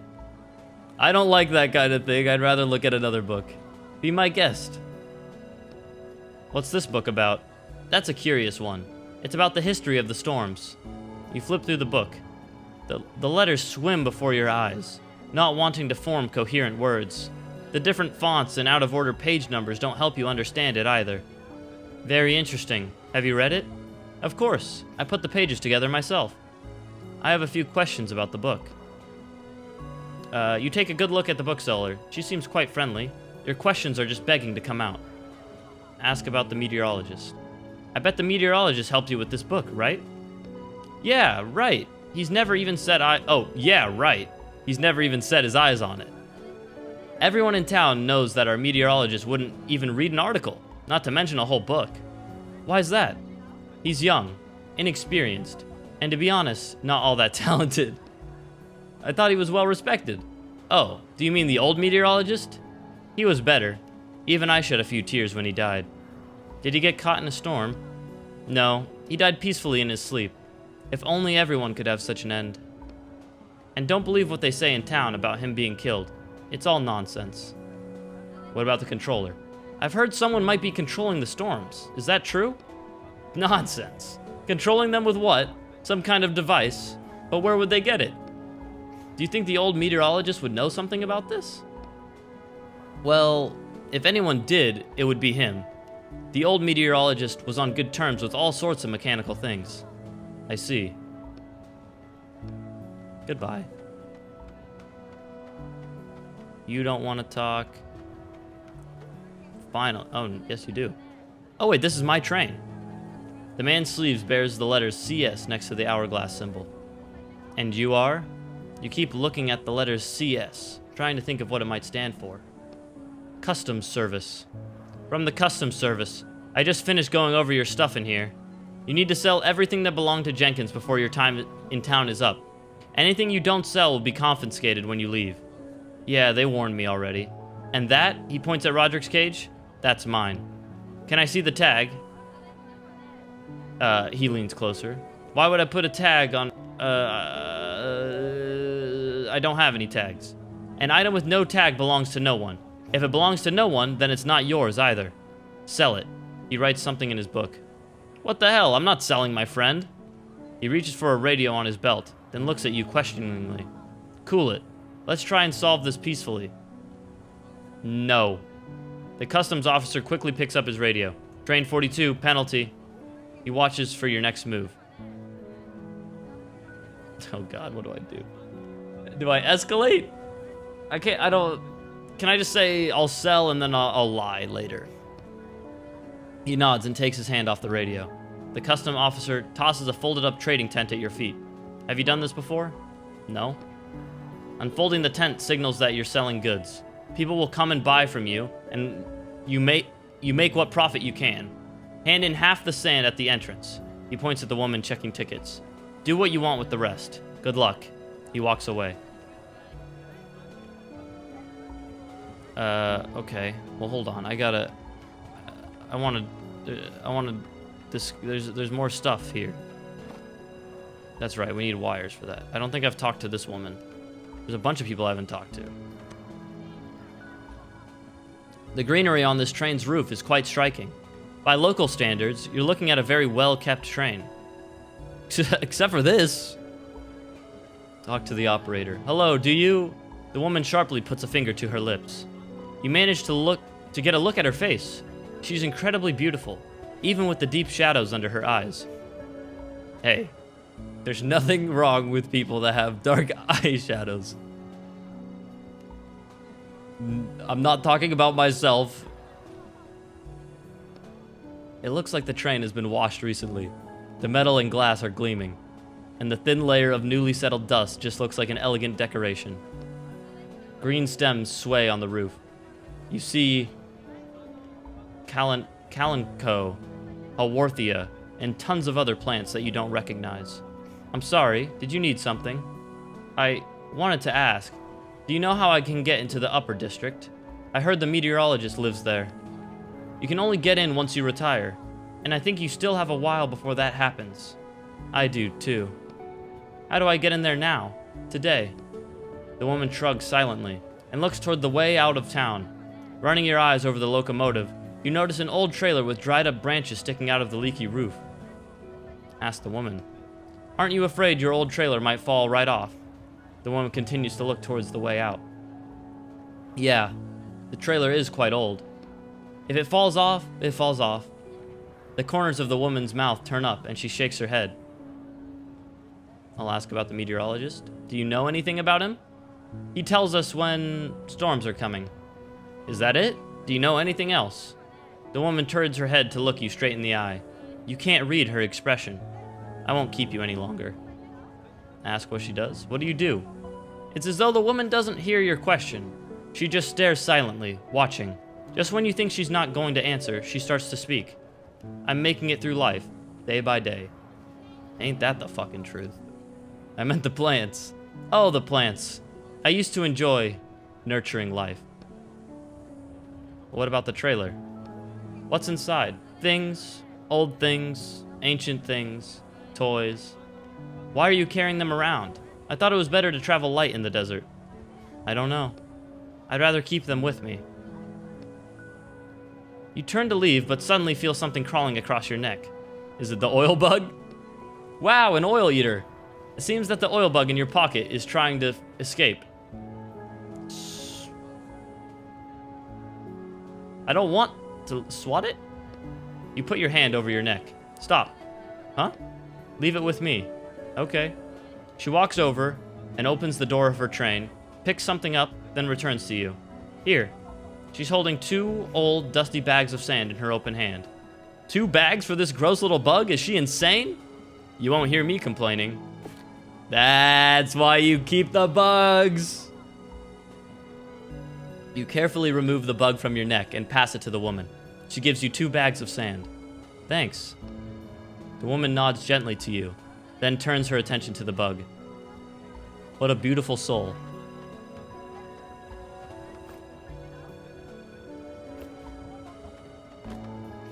Oh, baby, some pieces, finally. I need to get my pieces. I need to get my tools. Get out of here, outsider. Yeah, damn.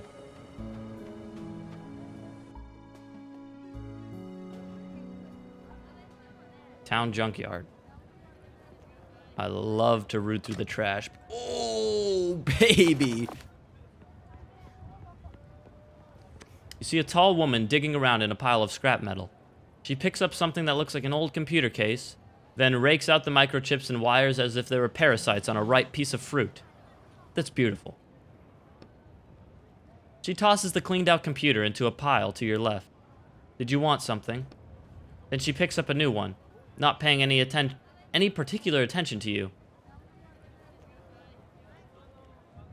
Do you need any help? She looks at the pile of scrap metal she still has to go through. For money, actually. For sand?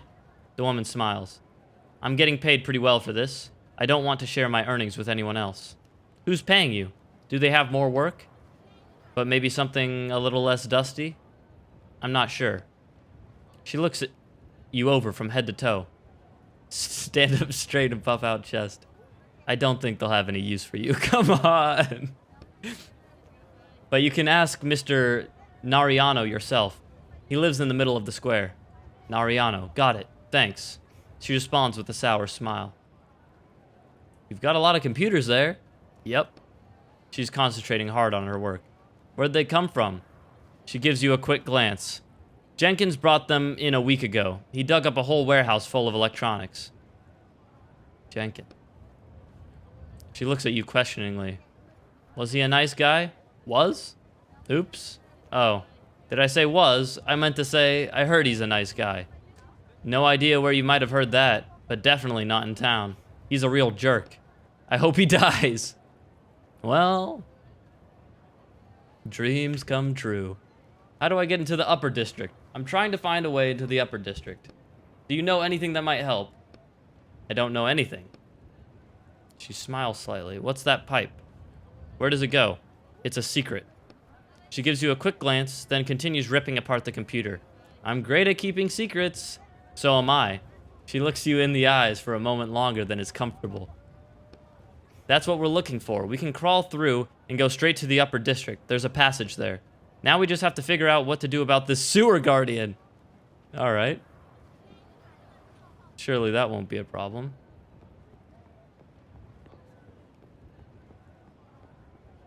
Well, it's okay. We've got some time. We have...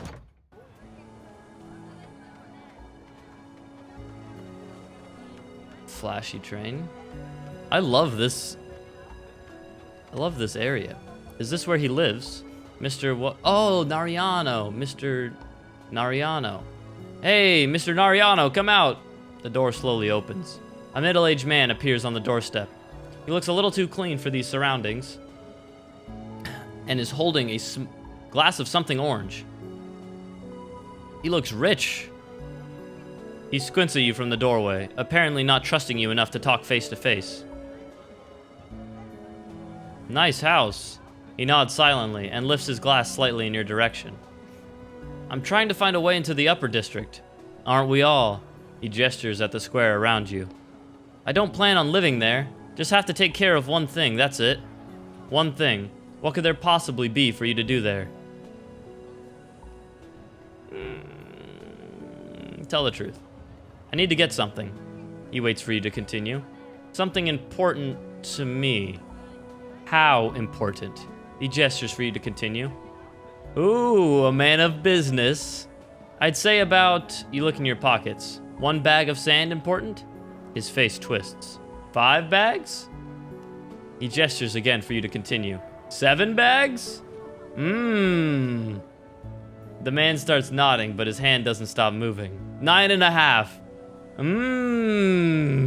He waves his hand furiously. 10 bags! Now you're speaking my language. I love it when a person wants something that badly. In a flash, the man transforms from a reserved aristocrat into a jolly businessman. Not a bad start to the day. Helping those in need, you might say. He steps forward and shakes your hand. Well, we need to make that much money. Hold on, I'll be right back. I need to run to the restroom.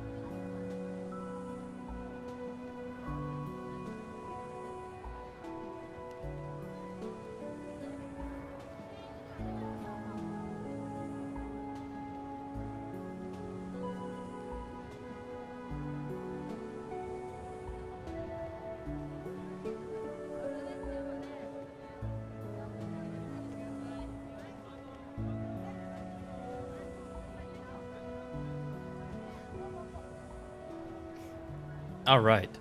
I also grabbed an orange juice because looking at this guy drinking, I wanted some myself.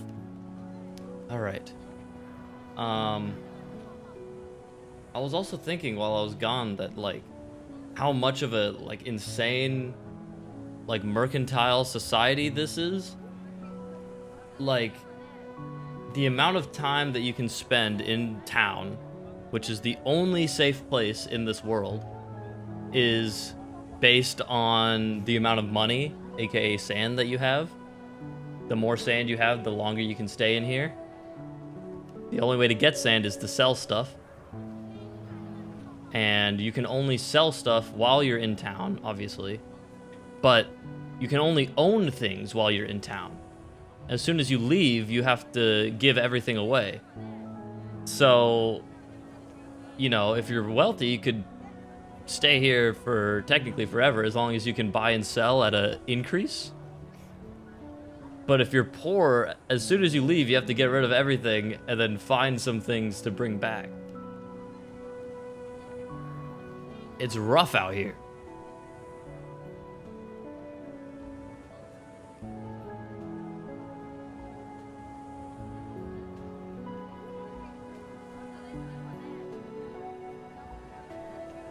All right.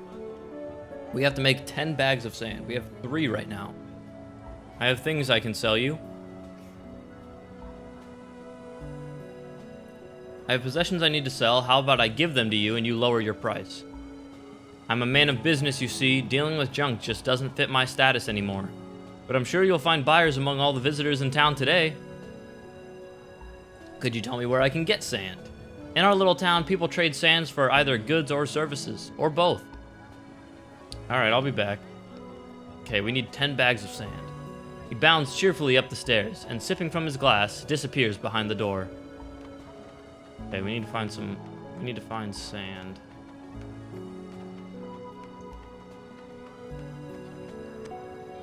Open suitcases are strewn around the train car. A man is washing something in a metal basin full of dark red water. He's washing so intently that you can hear the fabric ripping. He has an impressively large fang from some unknown animal hanging around his neck. He stops washing and shoots you a mean look.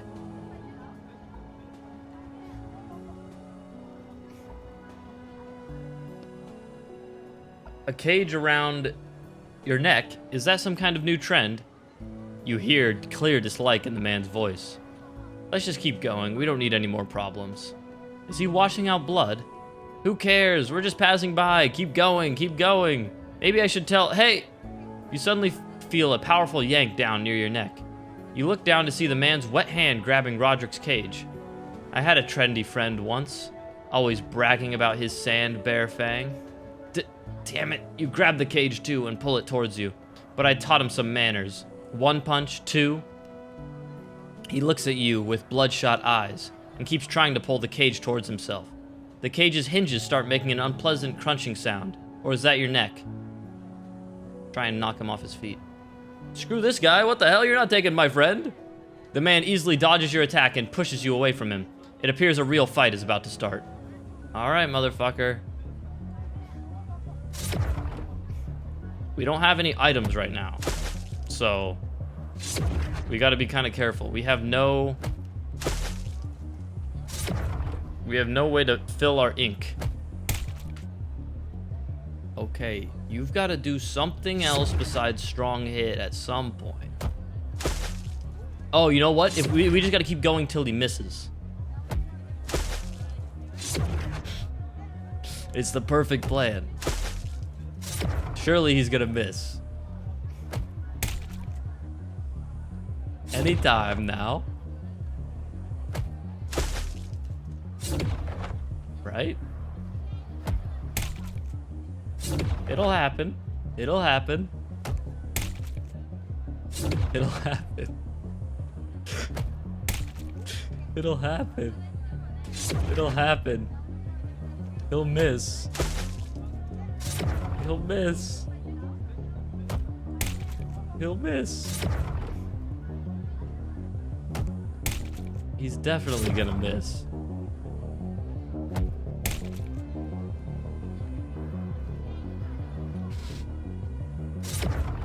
He's definitely gonna miss. Okay, we're stunning him. He's still doing that?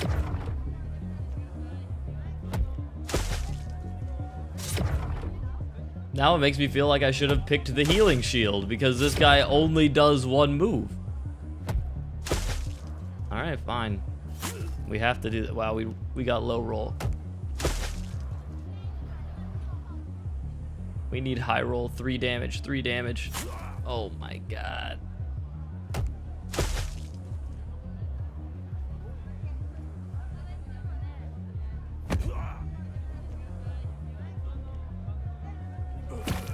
That's unfortunate. The man flies into the basin, which turns over with a crash, splashing its contents onto the ground. What a sick bastard! Are you okay, Etienne? Next time you're going in my pocket, or even better, walking on your own 2 feet. Breathing hard, you carefully touch your neck. The string left an impressive welt on the back. I know it's none of our business, but we can't just let that psycho roam free. Look for rope. You look at the suitcases on the ground and notice a photograph. 2 smiling men are standing in front of a locomotive. One of them, your attacker, has his arm around the other, who looks pale and tired. His shoulder is bandaged, and he has a fang pendant around his neck. You toss the photograph aside. Oh, there's some rope. Tie his ass up. What are you doing? What's going on? He suddenly comes to and tries to stand up. The anger is gone from his voice, and now he sounds scared. Knock his ass out. The man falls to the ground again and stops resisting. Go through his pockets. You find 2 bags of sand. At least it's some compensation. His ass deserved that shit.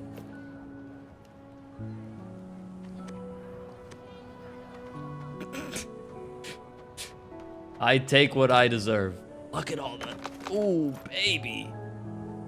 Okay, we can make some damn stuff right now. Woman silently waves you away. I need some bread.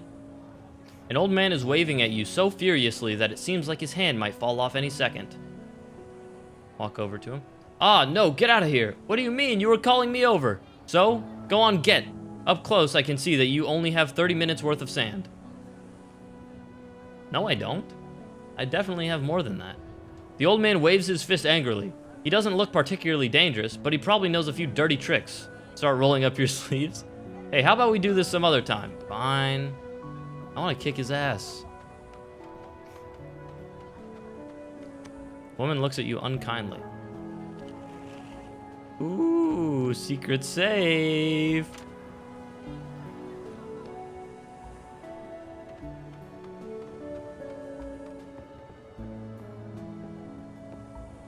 Hey guys. 2 guards are sitting at the gate, playing a strange game with stones. The guard on the left pretends not to notice you. The guard on the right isn't as good at feigning indifference. You see him casting quick glances at you. What do you want? I need to go to the upper district. Are you over the age of 60? No. Are you visiting your wife and newborn? No. The man looks at you silently, glowering. Is there no other way in? He continues to glower at you. Glower? He clearly wants you to leave. Your turn. The other guard draws his attention away from you as he hands him 3 round stones. Alright, fine. Alright, let's go. We gotta make some tools. How much sand do we have? We have 5. Shit. We're only halfway. Oh wait, what's this? Oh, is this my... Is this my setup? This is my setup. Have I talked to this guy? I don't think I have. I'm not buying, leave. Okay, well. Alright, we need a lockpick. We need a lockpick and some pliers. I think those are our 2 number 1s. I literally have nothing to... Like, this guy had nothing. Well, I guess he has... Oh, we need a crowbar for that, too. Okay, well...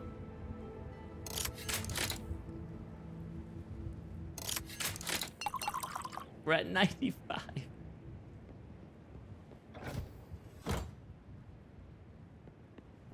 Wait, what did I just made the crowbar. I'm so dumb. Go back.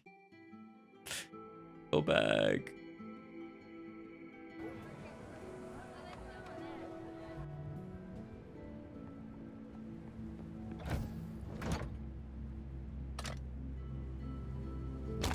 You successfully opened the crate. What's inside? Sand. And we can make a bottle now. And we got enough. We just need tools. We just need tools. We can make the last one.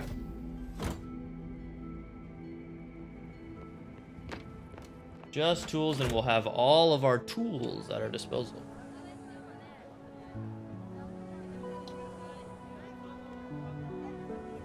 All right. This, I think, is crowbar material. This is pliers. This is crowbar. That is pliers. Shit. Is this pliers? Or is this crowbar? It's also pliers. Shit. I should have made the pliers first. I thought it was 2 crowbars, 1 plier, 1 lockpick. How much sand do I have? I have 7.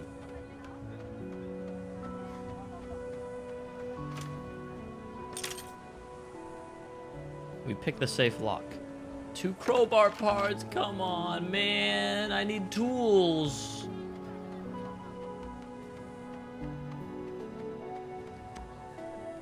Old man's face turns sour when he sees you.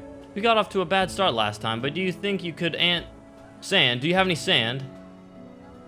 Yeah, a whole mountain of sand. I closed the deal today. I have 2 or 3 months worth of sand now. The old man's eyes flash like a locomotive headlight. He reaches out a hand to you. You hear his swollen finger joints cracking. And what are your plans? Have you thought about getting a new train? He thumps his train, which appears to be for sale, judging by the sign. You're the one who came in on Martinez's junker, right? Nope. The old man drops his head and mutters something to himself. Listen. So he didn't make it after all. Gave up his post too soon. Jenkins. Huh? I came in on Jenkins's junker, not Martinez. Makes no difference to me. You gonna buy my train or not? How about you tell me how I can get into the upper district? The old man gives you a cold, steely look. You can't be older than, what, 20? And wearing that crazy mask? I'm 35. Well then, you're still young. Drive trains and run from storms. Give it about 30 years maybe, and then you can retire in the upper district. So how about that sand? Ready to trade in your junker for my nice lineup here? You won't find anything better. The old man looks proudly at his train, but it's hardly any different from the one you inherited from Jenkins. How much do you want for it? 40 bags of sand. That's enough for 3 months, which is exactly how much longer I have to wait before I can retire. Oh, no wonder he's going crazy. He doesn't want to go back out there when he's about to retire. I think your price is a little high. Before the words even finish crossing your lips, some kind of wild entity seems to take over the grumpy but overall good-natured old man. Then get out of here! I have plenty of a locomotive plus a little car attached scram. Alright, man. Did I talk to you? Maybe. Opening in train.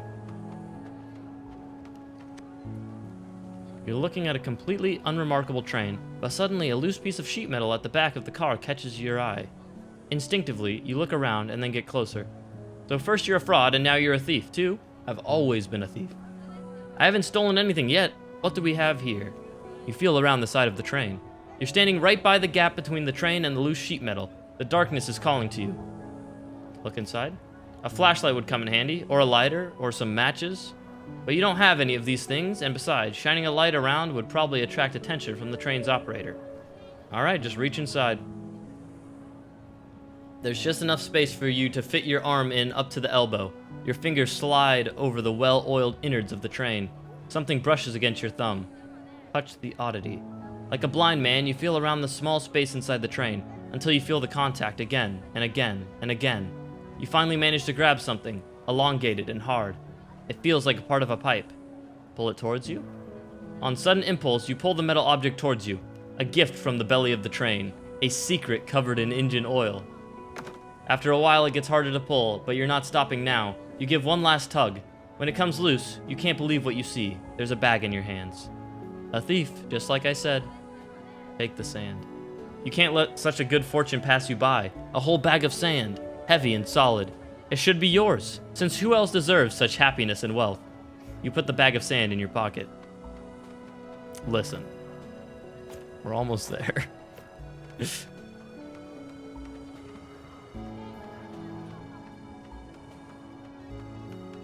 Alright, let's operate our shop.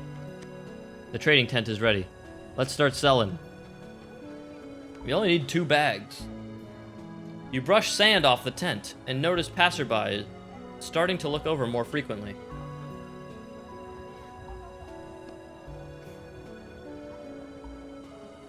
What do we have to sell? Everything left in the bag. Some weird gas cylinders. You dig through Jenkins's bag.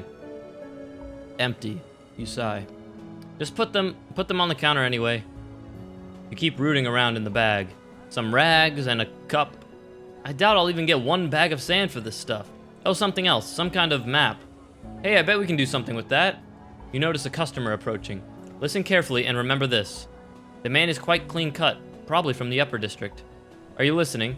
Say that this map leads to something important, to treasure or whatever. What are you selling? The old man looks at the canisters, interested.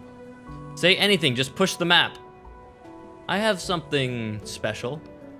Some might even call it a real treasure. The old man doesn't react. He probably hears that same story every day. I hope you don't mean these helium cylinders. He points at the cylinders on the counter. They're empty, by the way. Show him part of the map. Continue. What more can I say? 10 bags of sand and the map is yours. I can't just pour out 10 bags for a map that leads who knows where. It leads to treasure. Which treasure, exactly? You tap on Roderick's cage. I'm thinking. A map to water? To a pile of sand? To a pile of food? Shelter? Well? We don't need shelter. He's in the upper district.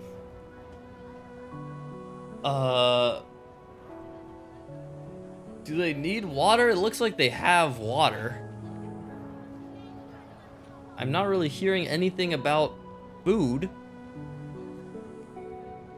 I gotta say sand, which seems psychotic. What's it doing outside the town? Well, customs won't let you in with your own sand.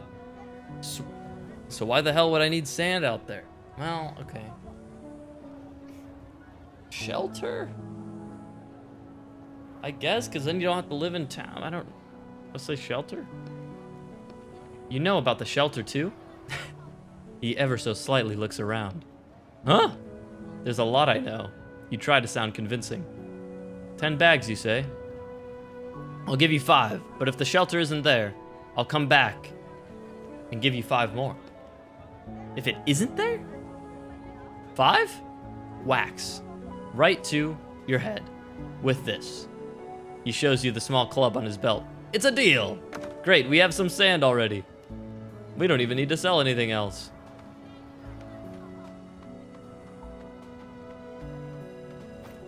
We have 13 bags of sand now.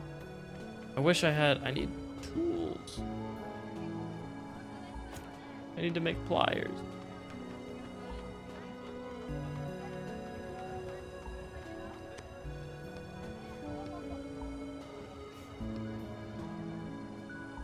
Why is there a bag of sand at his feet? Warn the melon seller. You dropped something. What's that? You nod at the man's feet. He looks down mistrustfully, then pauses. Well, slap my train and call me a sand melon. How could I drop that bag? How did I miss that? Thanks, man. I almost lost it. You nod in response and walk away. You spend the next few minutes unable to shake the thought that you could have used that sand. Look, we steal sand from one person, we help one other. Okay? Bada bing, bada boom. The world is in equilibrium. True neutral. Get out of here, outsider. Look, before I go forward, I just want to make my pliers. Can I just open the grate?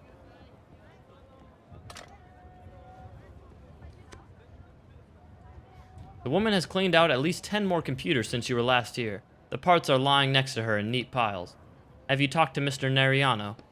Mm-hmm. Then you must have something to do. She returns to her work. Fine, you hate me. I get it. All right, let's go to him. I don't know how I'm gonna make the pliers. So I'm gonna have to.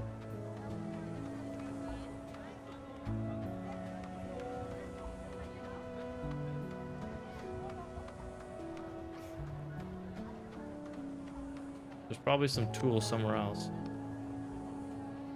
You hear voices from inside the train. I have no idea where it went. It was right here on the floor. You idiot. If you don't find that bag, they'll kick us out of town in 5 minutes. We haven't even restocked our water supply. Go, find it quickly. Well... Ugh. Ugh. Ugh. Look, I didn't mean to. Alright.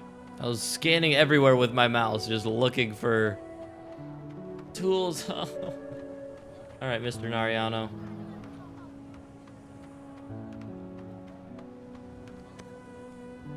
The man appears in the doorway, looking cheerful. He looks you over in search of the 10 bags. Here's your 10 bags. My dear friend, wonderful, wonderful. He jumps down from the entryway like an excited child. May I? He looks at the bags, ignoring you. Go ahead. Wonderful, wonderful. He counts the bags. He counts out 2, which he hands back to you. Give these to Janine, the woman who does salvage work at the scrap heap. Tell her Mr. Nariano sent you. He scoops up the remaining bags and starts to head back into his home. Hold on, so it only costs 2 bags to get into the upper district and you're just keeping the rest for yourself? Just because you know Janine? It truly is a pleasure doing business with you, my dear friend. Come back anytime. He disappears behind the door. He drives a mean business. I mean, shit, why wouldn't you? I'm back. You could have just told me. I would have given you more money. She notices the 2 bags of red sand you're holding. How's Mr. Nariano doing? She nods. We could have just come to an agreement. Why didn't you say anything? Mr. Nariano is much better at those conversations. Good for him, but I had to pay 8 bags of sand for that. Sand comes, sand goes. That's what we always say. She smiles. So how's Mr. Nariano doing? He's 8 bags of sand better now. Hasn't lost his touch. She smiles prettily. Let's get to it. Hold on. Once we leave, we won't be coming back here. Are you sure you're ready? I don't have... Not yet. But I can't. There's no way. I have no parts.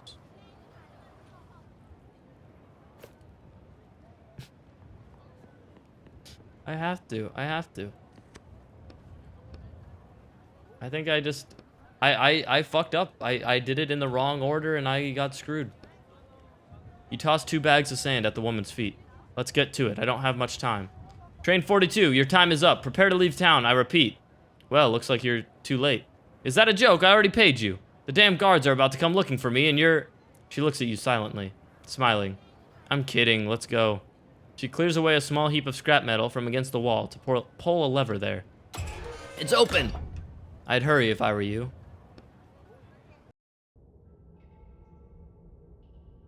No going back now.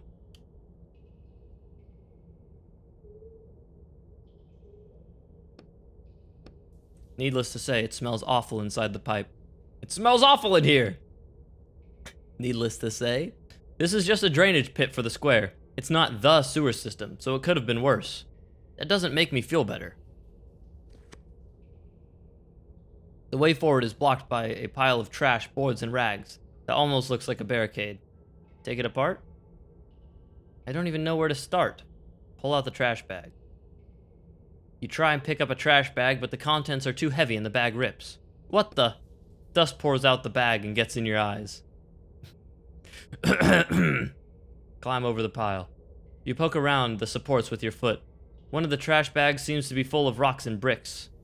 Trust the bag of bricks. You put your weight on the bag, then throw your other leg over the barricade of boards. But your pant leg gets caught on a nail sticking out of the board. Oh, come on. Free one of your hands and carefully unhook the nail. You shift your weight to your right hand and try to unhook your pant leg from the nail. I can't get it. Damn it. Come on, you're so close. Ah, ugh. Your pant leg is free. You jump the rest of the way over the barricade and land on your feet. You hear a voice over the radio somewhere up above. Final warning, Etienne, operator of train 42, your time is up. Leave town immediately or your train will be confiscated. You were right. There's definitely no going back. Another barricade. Your path is blocked by another pile of wreckage. This one has tons of broken glass scattered around it. I'd be more careful here. I'm not gonna pick... Okay, fine. Pick up the glass. You pick up a nearby bucket and start tossing the shards of glass into it. Another shard goes in the bucket. And another one. And another one. Can't you go any faster? It'll be nighttime soon. Your hand twitches and a small shard of glass embeds itself into your figure. Sorry, I thought you were done already. Oh my god. You straighten up. It looks like you are, in fact, done. Now you can try and jump over the obstacle. You get a running start. You begin to pick up speed. Push off the ground. You spring off the ground. Why'd you jump so soon? Come on. You fly through the air. Watch where you go, obviously. You fly right into the barricade. Not over the barricade. Into the barricade. Bang! Damn. Are you alive? You broke down the whole barricade with your body. I felt it. Are you in one's piece? I'm not sure. Damn. I think my shoulder is... You stand up with some difficulty. I'm about to die. I have no healing items. I'm about to die. I think this is the last barricade. Well, it's not like I can get any dirtier. This is Lindef Jr. speaking. A joy storm is approaching. It will hit us in 5 minutes. A joy storm? You could certainly use one of those. After this junkyard, even an ordinary storm would make me happy.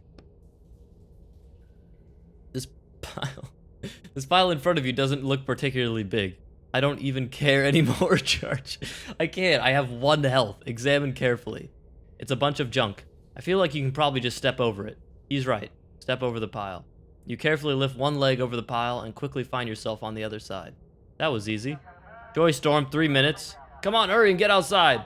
Okay, let's see what's in this upper district. Please heal me, please. I'm begging you.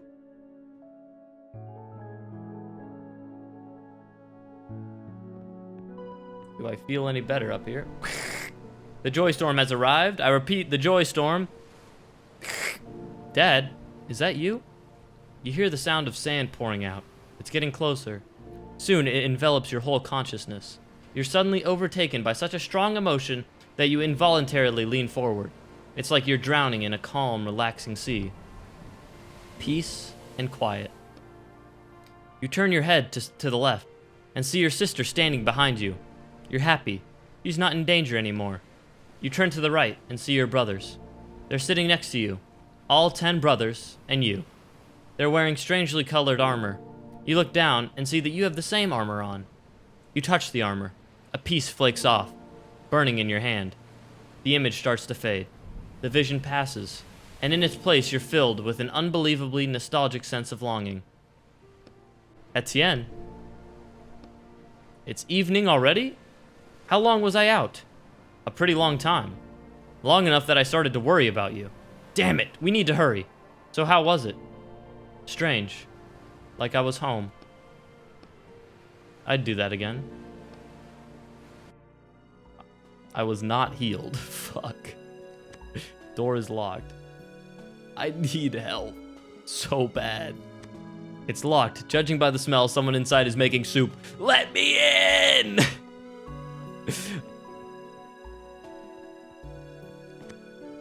This poor guy is sitting on the ground, leaning against a wall. An idiotic grin is lighting up his face. Hey, you okay, friend? Mary. You're such a good girl, Mary. Looks like he's still caught in the joy storm. I don't want to... 2 minutes, 3, 5... Finally, the man opens his eyes. Oh, need something, man? Thanks for not interrupting me. I really got caught up in that one. You can't... How could you ruin someone's joy storm? Hold on. Why did your vision last so long when mine ended 10 minutes ago? Is this your first joy storm, man? LMAO, it's his first. Yeah, kind of. Here's some advice. Try not to move or look around too much. Concentrate on one thing, and don't use up all your strength at once. That helps the visions last longer. Okay, got it. So what was it you wanted? I'm looking for the meteorologist's house. Looking for the sale, huh? Head straight south to the square and you should see the sale tent. But I wouldn't count on much there if I were you. Alright, thanks. Any of these doors shut, no one's home. I need health so bad. I'm scared. This is the first time I've had issues with the combat. Or not like issues with the combat, but I'm like, I'm gonna die. The woman looks over you suspiciously. Alright, well, sorry, I guess, for existing. The upper district doesn't look that nice. The man hasn't come out of the storm's clutches yet.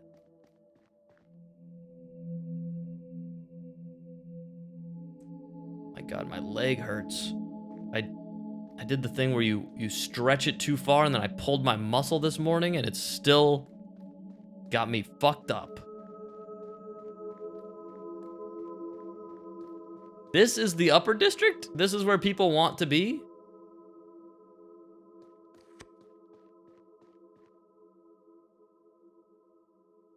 You see devices lined up on a dusty counter. Are you out of your mind with prices like that, you old hag? An old man standing nearby calls out in the direction of the counter. A tired-looking woman is behind the counter, and you see the slightest flame of hope flare up in her eyes when she sees you. Another one. If you're just here to look with no money, then get lost. The counter is still surprisingly full, considering the meteorologist died a whole 3 days ago. Are you selling the meteorologist's possessions? Yes. All my husband's things are right here. Anything catch your eye? Yeah, the weather controller. Excuse me? What? The woman gets closer. The device that controls the weather. Directs the storms and all that. Has anyone bought it yet? What are you doing? Don't tell her. A device that controls the storms? My husband had that. She seems to be putting one and one together in her head. Hold on a minute. The woman silently steps away from the counter, holding her head. Now she's putting 2 and 2 together, now 4 and 4. She's doing math. A device that controls the weather. Examine the counter in silence. The counter is covered in devices of all different sizes and complexities. Which one controls the weather? I don't know. The text says it's a device covered in switches and dials. They're all covered in switches and dials. How about we look at the most worn out ones? That look like they've been used every day. There are 2 that fit the description. One on the left and the right. Hands up! You turn slowly and see 2 guards with their clubs raised and ready. That's him. He tried to steal my husband's possessions. Arrest him. I was just looking. Don't worry, miss. We'll handle this. Fuck. Grab the first device you see and try to use it. You grab a random device off the counter and start pushing every switch and button you see. The guard and the meteorologist's wife watch you in silence. I don't think that's gonna help much. Just run. You hear the whooshing of a club somewhere behind you. Watch out! Etienne! Silence falls, and darkness. Did I die? Where the fuck am I? Oh, God. You open your eyes. It's cold. Damn it. Was I out for long? Silence. Damn guards. They took Roderick! You rub the back of your head, which is throbbing. Did anything else happen while I was passed out? Silence. Roderick? You tilt your head, looking for the cage, but it's gone. Damn it. Oh, fuck. It looks like there's a path up here. Like right here? I guess, maybe not. Tracks. Do I have anything in my inventory? Oh, I have everything, actually. Oh, yes, dead guy. You see a motionless body lying face down in the sand.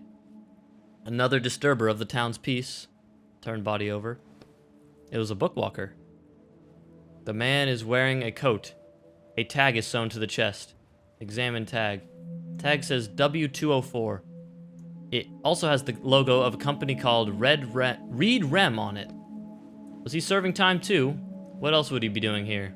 Go through pockets. Nothing in the right one. In his left pocket you find some cash and some old faded checks. One of them is for phone service. So you have nothing for me. Check this out. Oh, bread. Thank you, God.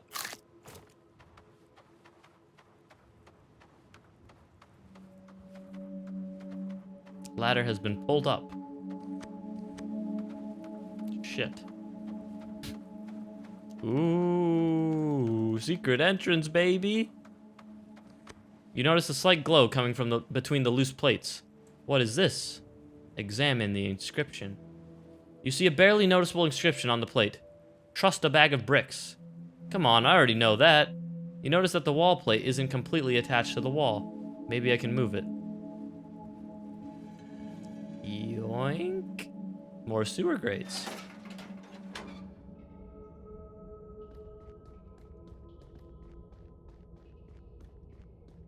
Great. Crowbar. At least we have the crowbar. Oh my baby, baby, baby. We got some apples back. Our health is finally full again.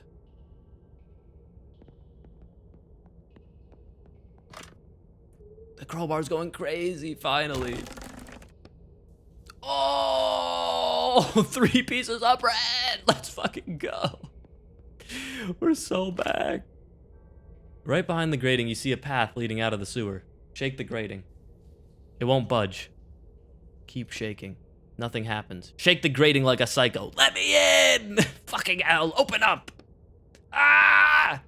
You pull at the steel bars with all your might, but nothing happens. Well, this is just great. I was so close, but looks like this is the end. Remember that you have ink you can use that you've used on plenty of other occasions. I was wondering when they were gonna let me do that. Oh right, I'm a writer. You hesitate for a second. Right? Use ink. The ink envelops the bars of the grating and they slowly rust. You easily knock them out of place and clear your path. Done. I'm coming, Roderick. Don't worry, Roderick. And we're back here again. And we're back in town. All these doors are no longer even interactable. Nothing is interactable here, okay?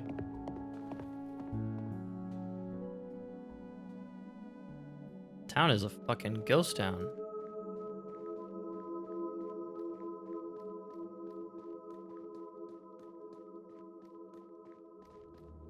You hide around the corner and peek out at the tent. Yes, Mr. Neriano, I'm sure. He was looking for that exact thing. He called it a weather controller. Mr. Neriano is carefully twisting a device in his hands, trying to figure out how it works. Damn, he's already here too! If this thing really can control the storms, do you think my husband really created something like that and didn't tell us? All these years. All those people who died in the storms or who went insane. He might have been responsible for all that. I wouldn't jump to conclusions. We don't actually know what the device can do, and maybe your husband did everything he could. I hope so. Thank you, Rhonda. Thank you for telling me this. It would have been terrible if such a valuable object fell in the hands of a stranger. We should... break the woman's radio. We definitely need to do that.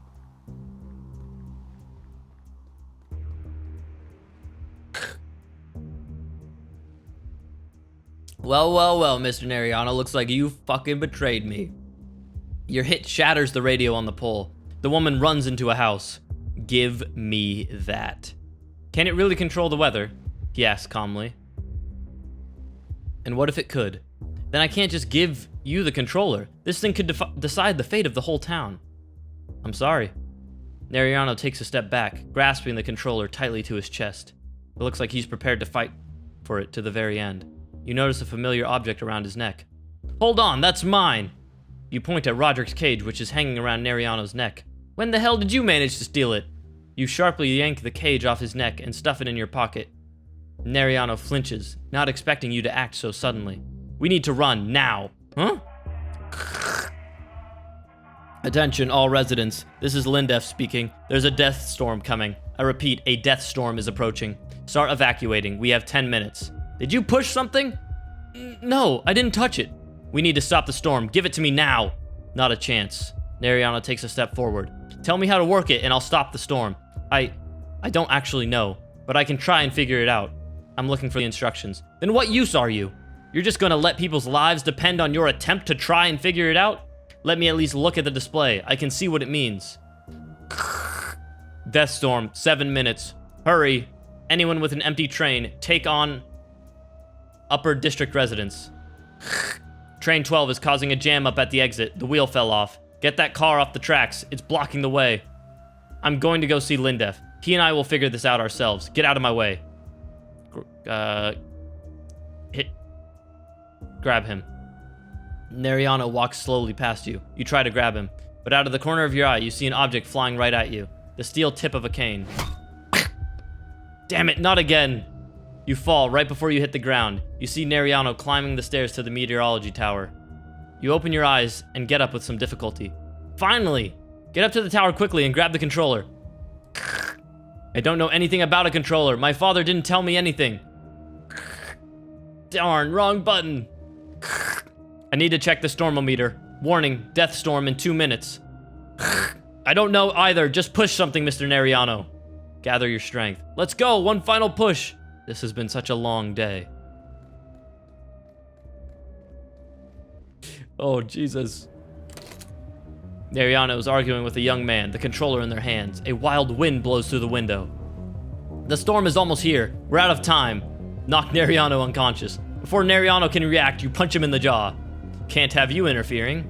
The young man watches in silence, slowly pressing himself against the wall. Take the controller. You take the controller off of Mr. Neriano's unconscious body. You had your chance to stop the storm. Now it's my turn. The young man presses himself against a panel of instruments. Red lights are flashing all over it. 30 seconds, he says, taking a quick glance out the window, then squeezing his eyes shut. Examine the controller. Dozens of buttons and switches, and not a single one labeled. What an egotistical asshole.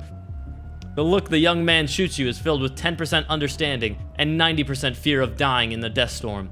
There are 3 big switches above the display. Start with those, and I'll check the text, but there's not much about it here either. Okay, flip switch number 1. It makes no sound as it moves. It seems to be completely broken. Number 2. 2 lights on the panel below come on. There are 2 buttons next to the lights. Push number 1. Alarm set for 4 a.m. coming from the device. The young man gives you a gloomy look. His shred of hope that he might be saved seems to have evaporated. Push the 2nd button. The whole panel goes dark and the device looks just like it did when you started. Push the 3rd switch. It starts vibrating. Whatever that means. Now flip 1st switch. It clicks loudly as it moves, then a multitude of indicators and buttons light up on the display. Let's see. You spin the device around, trying to decide what buttons to push now. The wind coming in through the window picks up, and a strange metallic taste starts filling your mouth. You smell burnt metal. Here goes.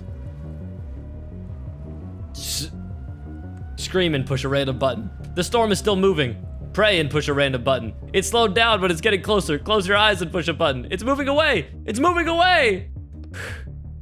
You put the controller down with shaking hands, and you hear cheers from the people outside getting louder and louder. That was close. Way too much going on. For my first day. He holds his head in his hands. Go outside.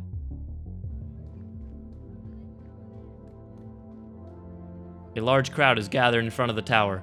The people around you are loudly discussing what just happened. I saw the storm move away at the last minute. I saw it with my very own eyes. And it was just about to reach the town, but then it stopped. Alright, calm down. The storm is gone. You can go home now. But what if it comes back? Well, you look at the controller in your hands. Well, you'll just have to hope it doesn't come back. Why did it move away at the last second anyways? Yeah, and why did it get so close to the town? That's never happened before. It's a long story. We drove it off, don't worry. We? Who's we? It was the young meteorologist. You put your hand on the young man's shoulder. Lindef, the young meteorologist, did an excellent job proving himself. He managed to neutralize the death storm at the very last second. The crowd starts to cheer. Hooray for Lindef! What do you mean neutralize? That's not important. What's important is that you're not in danger right now. Now time for me to go. You look out at the uncomprehending crowd before you jump, and your eyes slide over the people until they meet Lindef, looking straight at you. Are you... that... He gestures at the controller, which you've already tucked under your arm as you prepare to jump out of the book. I'm sorry, guys, but I need this. Listen, kid. This is your moment of truth, Etienne. What? Moment of...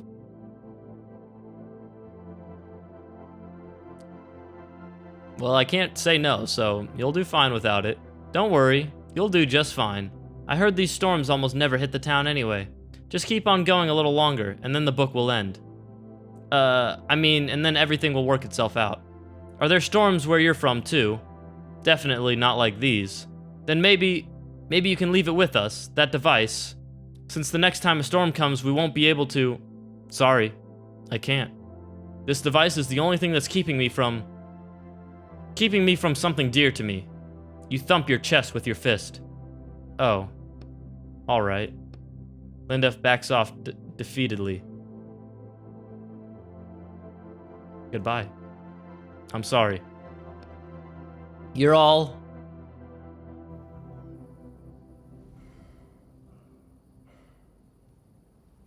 It had to be done. It had to be done.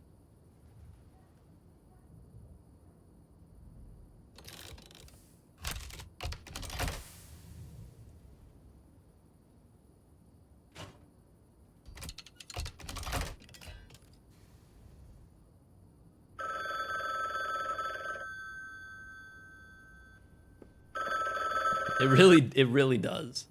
Everything's ready. Excellent work, Etienne. I haven't even given the courier the briefcase yet, and you're calling. Not to worry, my shackles expert is on his way to you, and he'll pick up the order while he's there. He'll make quick work of yours, and then you'll be free, just as we agreed. Alright, thank you. Well, it was nice working with you. Yeah. I have an offer for you. Are you interested in taking on a few more jobs? We can discuss a bonus to your pay. No, thanks. I'm done stealing. Alright, suit yourself. See you soon, Etienne. Oh. I'm coming. Oh!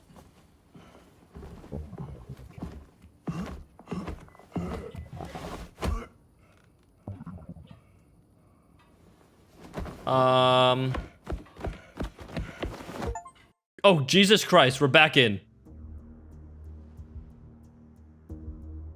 You fall onto the cold sand and your pursuers land nearby. So you want to do this the hard way? Damn, it's so cold here. Where's Vince? He's waiting in the car just in case.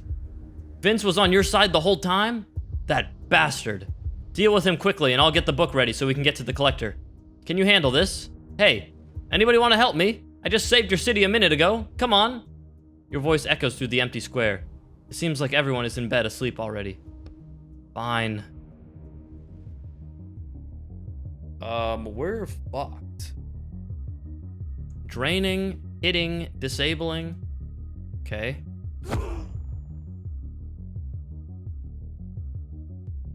Disabling, hitting.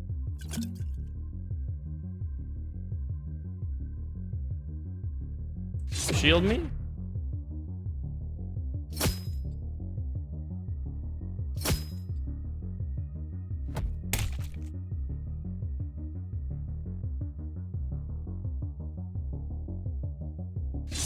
That only gives you one if you have... Oh, fuck.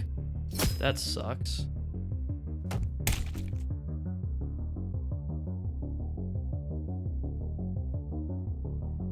I need to just start getting rid of one of these dudes.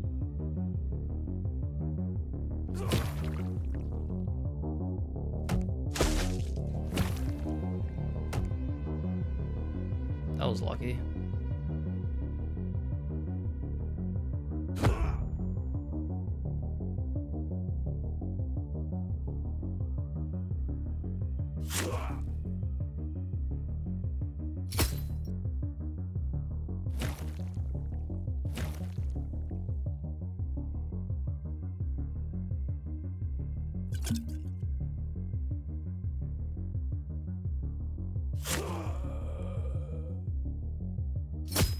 We're doing fine. We take a hit there, but hopefully we can actually end it right here. That was decent. Not the worst. Are you okay? Relatively. What book did they want to take you into? 1 second. You pick up the book that one of the thugs dropped and look at the black cover. The name's been erased. They said something about a collector. Is that your boss? So they were gonna force me into a book as a way to kidnap me. That's crazy. That's crazy. My former boss. You open the book and flip through the pages. You want to go there? I have this idea. Well, if you're sure about it. Well, okay, here we go. We're in a book in a book. Oh, shit. Incomprehensible. What? Why? Everything's blurry, and there's no color. We've gone too deep. We're inside a book inside a book. I can barely breathe. Me too. We need to find the collector as soon as we can, then get out of here. What's... your face. Why, what's... You touch your mask. Damn it, we need to hurry. You notice some familiar-looking briefcases. A tag is visible on one of them. Walker, Rich A, Item X, Client, Harmony Publishing. What are those? Briefcases for stolen items. I give the collector his orders in briefcases like these. So there are objects from other books inside. Think there's something you could use in there? Oh! An old rag doll is inside the briefcase, along with a set of rusty pins. Is that what I think it is? I don't know. What do you think it is? A voodoo doll? You can't shake the feeling that the doll might be useful. You take it out of the briefcase and carefully put the pins in your pocket. There's something else. Next to the briefcase is a bag stuffed to the brim with a note attached that says, "To be sorted. Open." Inside you find a folded up cloak, an opaque glass capsule, a small wand, and an old broom. Examine capsule. On the capsule you see a yellow triangle with a biohazard symbol. Not a great start. There's something written here. Fear toxin. Inhalation causes prolonged panic and hallucinations. Store in a dark location. Should we take it? Examine wand. Polymorph wand. Transforms the target into an Ovis Arius. Ovis Arius? Sounds ominous. Just don't point it at yourself. Examine cloak. You try and unfold the cloak. The clock. It is a cloak. But as soon as your hand slips inside, the cloak disappears. So does your hand. Cloak of invisibility. Ah, quiet! You carefully pull your hand out, and it's instantly visible again, along with the cloak. Examine broom. The broom handles trembles in your hand. You can feel it itching to take off. Looks like it's a flying broom. We take it all. You're really kitted out. I hope I can use all this. Let's go find the collector. Voodoo doll. Broom. Flying broom. Cloak of invisibility. Fear toxin. And a polymorph wand. I guess it is like Scarecrow's fear gas. Wait! 3 walkers are standing around a table in the brightly lit room. They haven't noticed you yet. Damn, so this is where they handle the briefcases for the orders. What's the plan? Put on the cloak. You unfold the invisibility cloak and put it on over your clothes. Sneak past the room. You tiptoe past the room with the walkers in it. Better to avoid any more fighting than is absolutely necessary. I mean, it'd be nice to get inside of those, but... this is gonna be... you see... 2 walkers standing in the passageway. They seem to be guarding another set of boxes. They're discussing something quietly, completely unaware of your presence. I don't think you can squeeze past them. You should take off the cloak. It's only gonna get in your way. Sure. I throw it over my shoulder. They haven't noticed you yet. What's our plan? Toxin capsule. It falls right between them and shatters. The men turn around sharply. Hey, stop, you! You see both the men's eyes widen in horror. You're a monster! Help!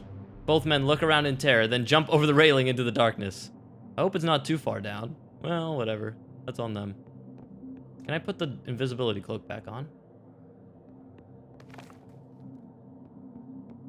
I don't want to... Librarian.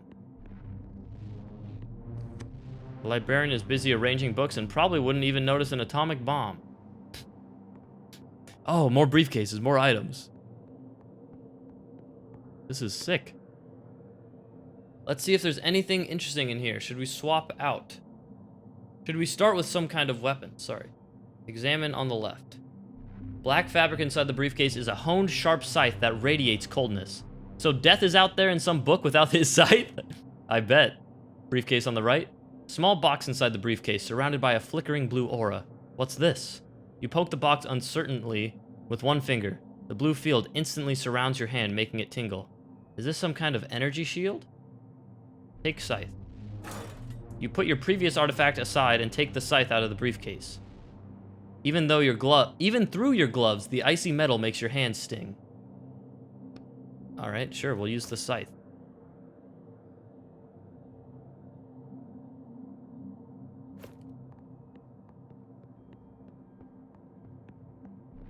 Looks like a lot of guys. Kind of wish I had the fear for these guys, but the guards notice you from far away and block your path.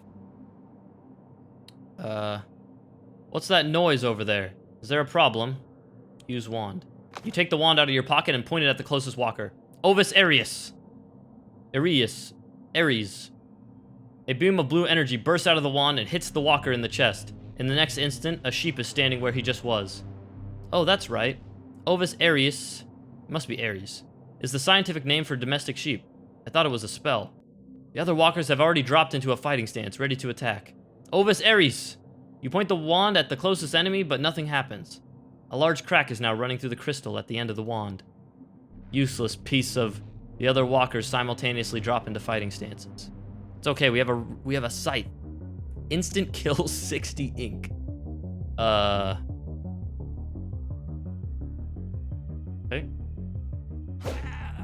Holy shit, we cut through the text. That's so sick.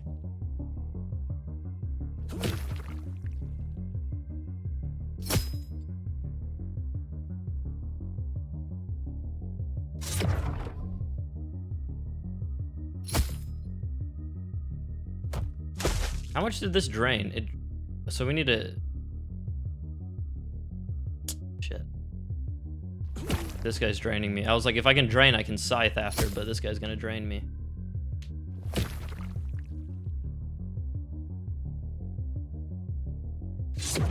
Full shield.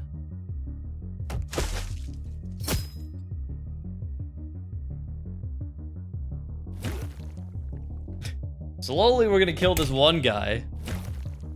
I mean, we're not taking damage. Oh, this is actually great. You can kill this guy next... No, we can't kill him next turn.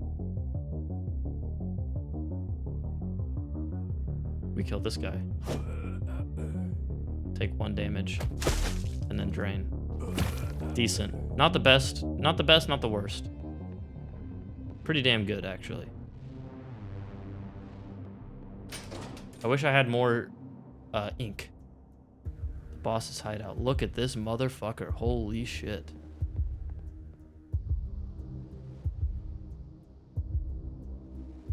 All right. I give up. Just don't hit me. He smirks. Take off my goddamn shackles. You grab him by the throat. There's a slight problem with that. My shackles expert took the day off today. His daughter's sick. He's lying. I know. How about I call you when he's available, okay? It'll only be a few days. You hit him. Do you think I'm an idiot? Well, if you really want to know, you promised me you'd take them off, so hold up your end of the deal. But you didn't hold up your end. I'll hold it up right now. You squeeze his throat harder. Calm down, you idiot. No one except the Riders Police can take them off. Do you really think my own men would be walking around in shackles if I could take them off? I would build a literal empire stealing objects if I could do that. Not this stinking warehouse. Wait, I thought you had proof that he could do it. A friend told me about him. Wait, Vince told me about you. And then I found out he was one of your thugs. Was that all part of your plan? Well, this thing that's happening now wasn't. He rubs his throat. You're going to take off my shackles. I don't know how, but that's your problem now. Or what? Are you going to kill me? A character? He's a fucking character? Oh my god! What? Our whole life has been dictated by a character?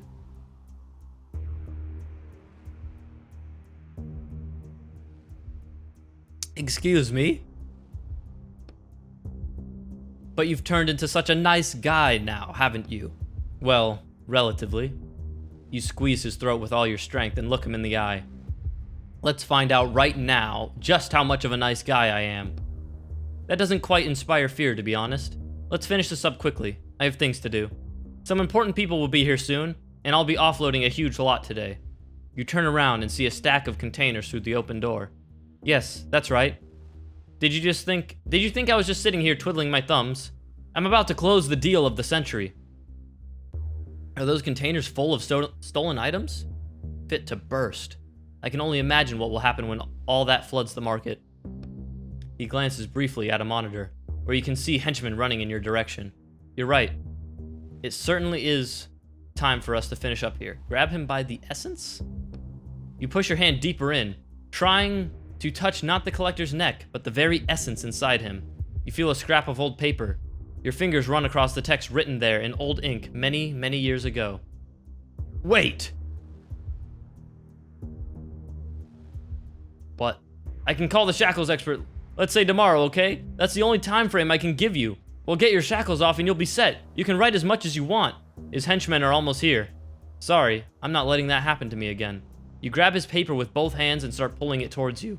What are you thinking? Etienne! Don't worry. I've done this before. Oh no. You see the client slowly separating from the book's environment, becoming something foreign. Damn! Aren't his henchmen going to come for us? They don't have a direct route to that book. Besides, they won't like what's waiting for them there. You keep pulling the paper. It gets more and more difficult to pull. What's going on now? What's going on? Now is not time to give up. No, I'm not giving up. This is as hard as I can pull. What now? They're right outside already. Now we add another force. You bend your knees, ready to jump upwards. You push off the ground. You hear an unbelievably loud crunching sound, so loud that it feels like the whole world must be able to hear it. With a ringing sound, the paper in your hand separates itself from the book and flies upward with you. No, Roderick's not Essence. So, or at least I don't think he is. So, from Essence is like the literal like words on the paper that wrote the character into life. Like when we fought the character that Etienne made and he turned into Ash, he says he picks up a piece of paper and tears it in half. I think he picked up like the essence of that character. Like he picked up that written word and literally destroyed the words. At least that's what I think. Damn it, I think I twisted my knee again. What on earth was that? Where the hell am I? But he's a scrap of paper? Roderick is? I thought we don't know what he is inside the cage. What have you done? He looks around. You'll find out soon enough. The collector suddenly jumps up and aims a gun at you. It's an antique, decorated with a swirling pattern. Take me back. Hey, calm down, just calm down. Etienne, hand over the book. Now, where's my book? I'm afraid nothing would come of it. Hey, don't joke around with him. That thing I just did. They'll hear it.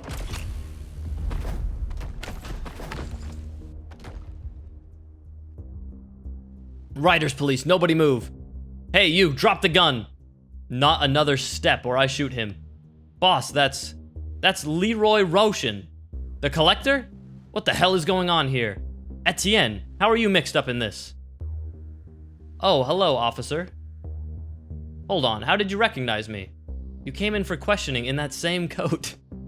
Damn, I disguised my face, but I forgot to put on a different coat. I'm warning you, I won't surrender alive. He aims the gun at the police officers, then back at you. And hold back your little pet rider there. I see him. He puts his hands up and looks at the officer, waiting for a signal. Well now, we'll come to an agreement, and everything will be just fine. Where's my book? I don't think we'll be coming to an agreement with you, thief. Quiet. No, we're going to make a deal, and I'm going to walk away. You're accused of stealing thousands of objects, and now that you're in our hands, you're not going anywhere. That's enough. Suddenly turning to you. This is all because of you, you bastard! The sound of a shot rings out. Etienne! You close your eyes. Damn it! You open your eyes and look down. The metal of Roderick's cage protected you from the bullet, but there's not much left of it now. You see a small, ragged scrap of paper inside. Derek, you moron. Well, okay, you were right. You were right. Derek, you moron. I told you to stop talking. Sorry, boss. Are you all right, Walker? Now it's your turn. Hands up. You look at the remains of the paper in your hands. Don't make us use force. Cool it, he's in shock. Etienne, it's best if you come with us now. We'll talk about all this at the station, okay? Hold on, what's that in his hand? It's a character, and not one from this book. Etienne, are you out of your mind? You're carrying around a stolen character, even in your current situation. Derek! I can't take an isolated character. Call for backup. You shove the officer. His head slams into Derek, who staggers backwards, eyes shut. Damn it! Jump out of the book. What the fuck? No, I don't want Roderick to die! Oh, Jesus Christ. So we're not made of books, we are human. Oh my lord?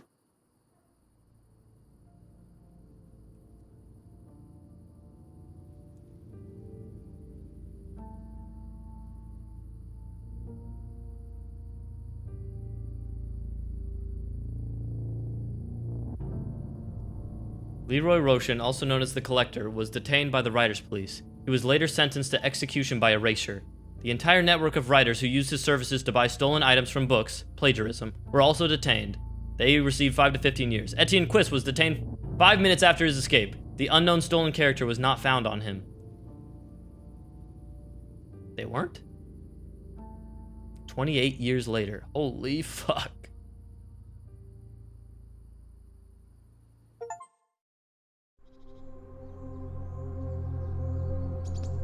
Well, I think this is his house.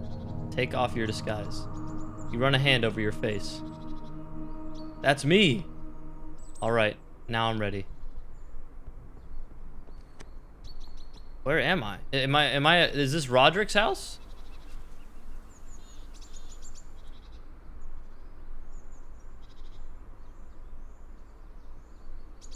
"28 years.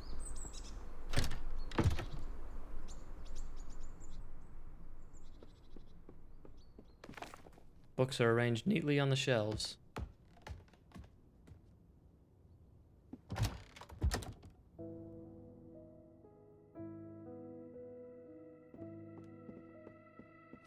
Sir?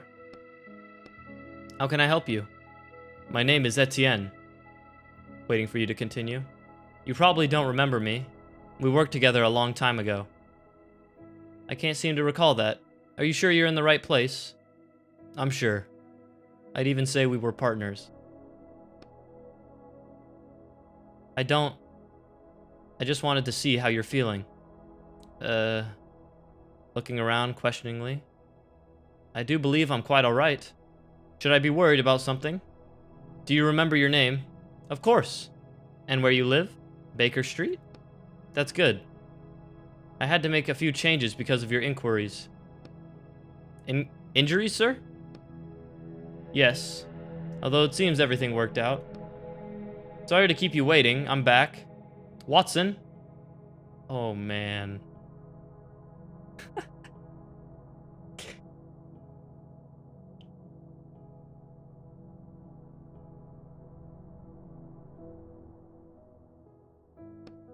Holmes, he nods back.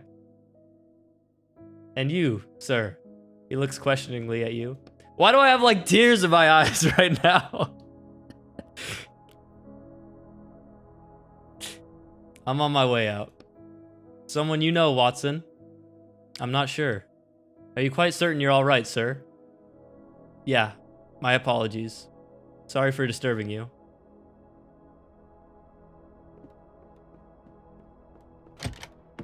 What the hell? Time to head back. I'm glad you're doing well, friend. I'm fucking crying. What? Oh, he put him back. It's like, it's so perfect. Roderick ends up being Watson.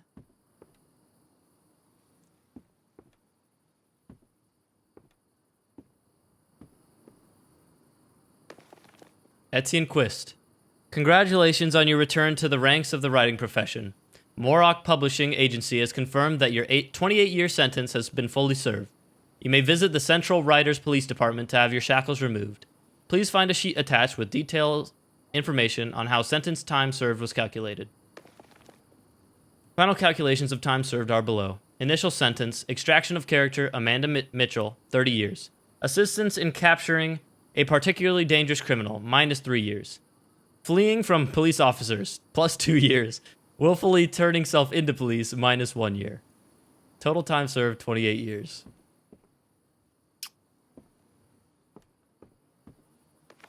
I had to revisit so many books before I found the right one.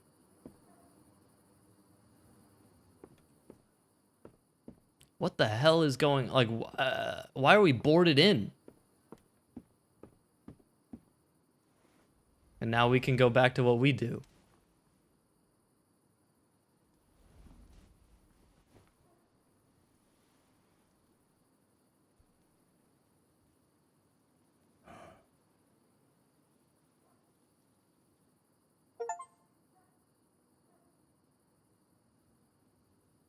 The end.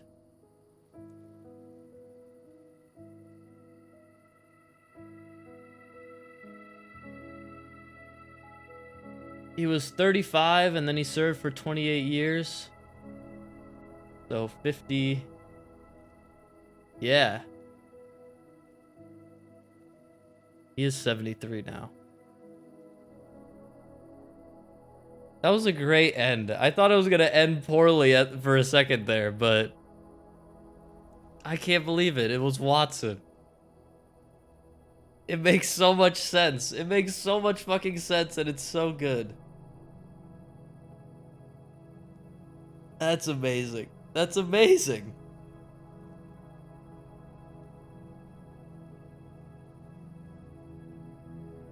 Man. It's what a fantastic game.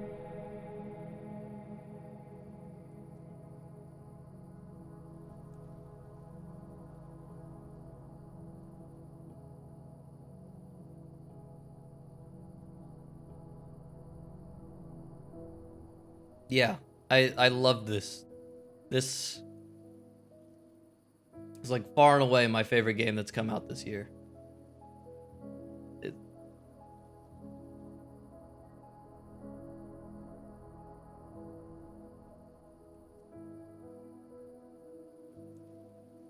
I'd love to see if they would like do more stuff in this world.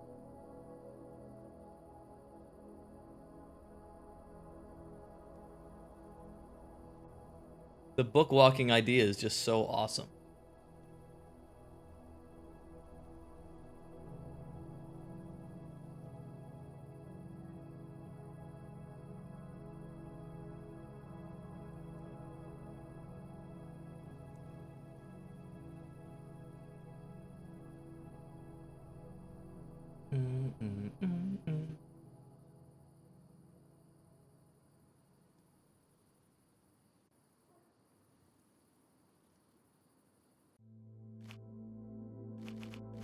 Well, there it is. That's the end of the Bookwalker. I'm sad to see it end. Really fucking good.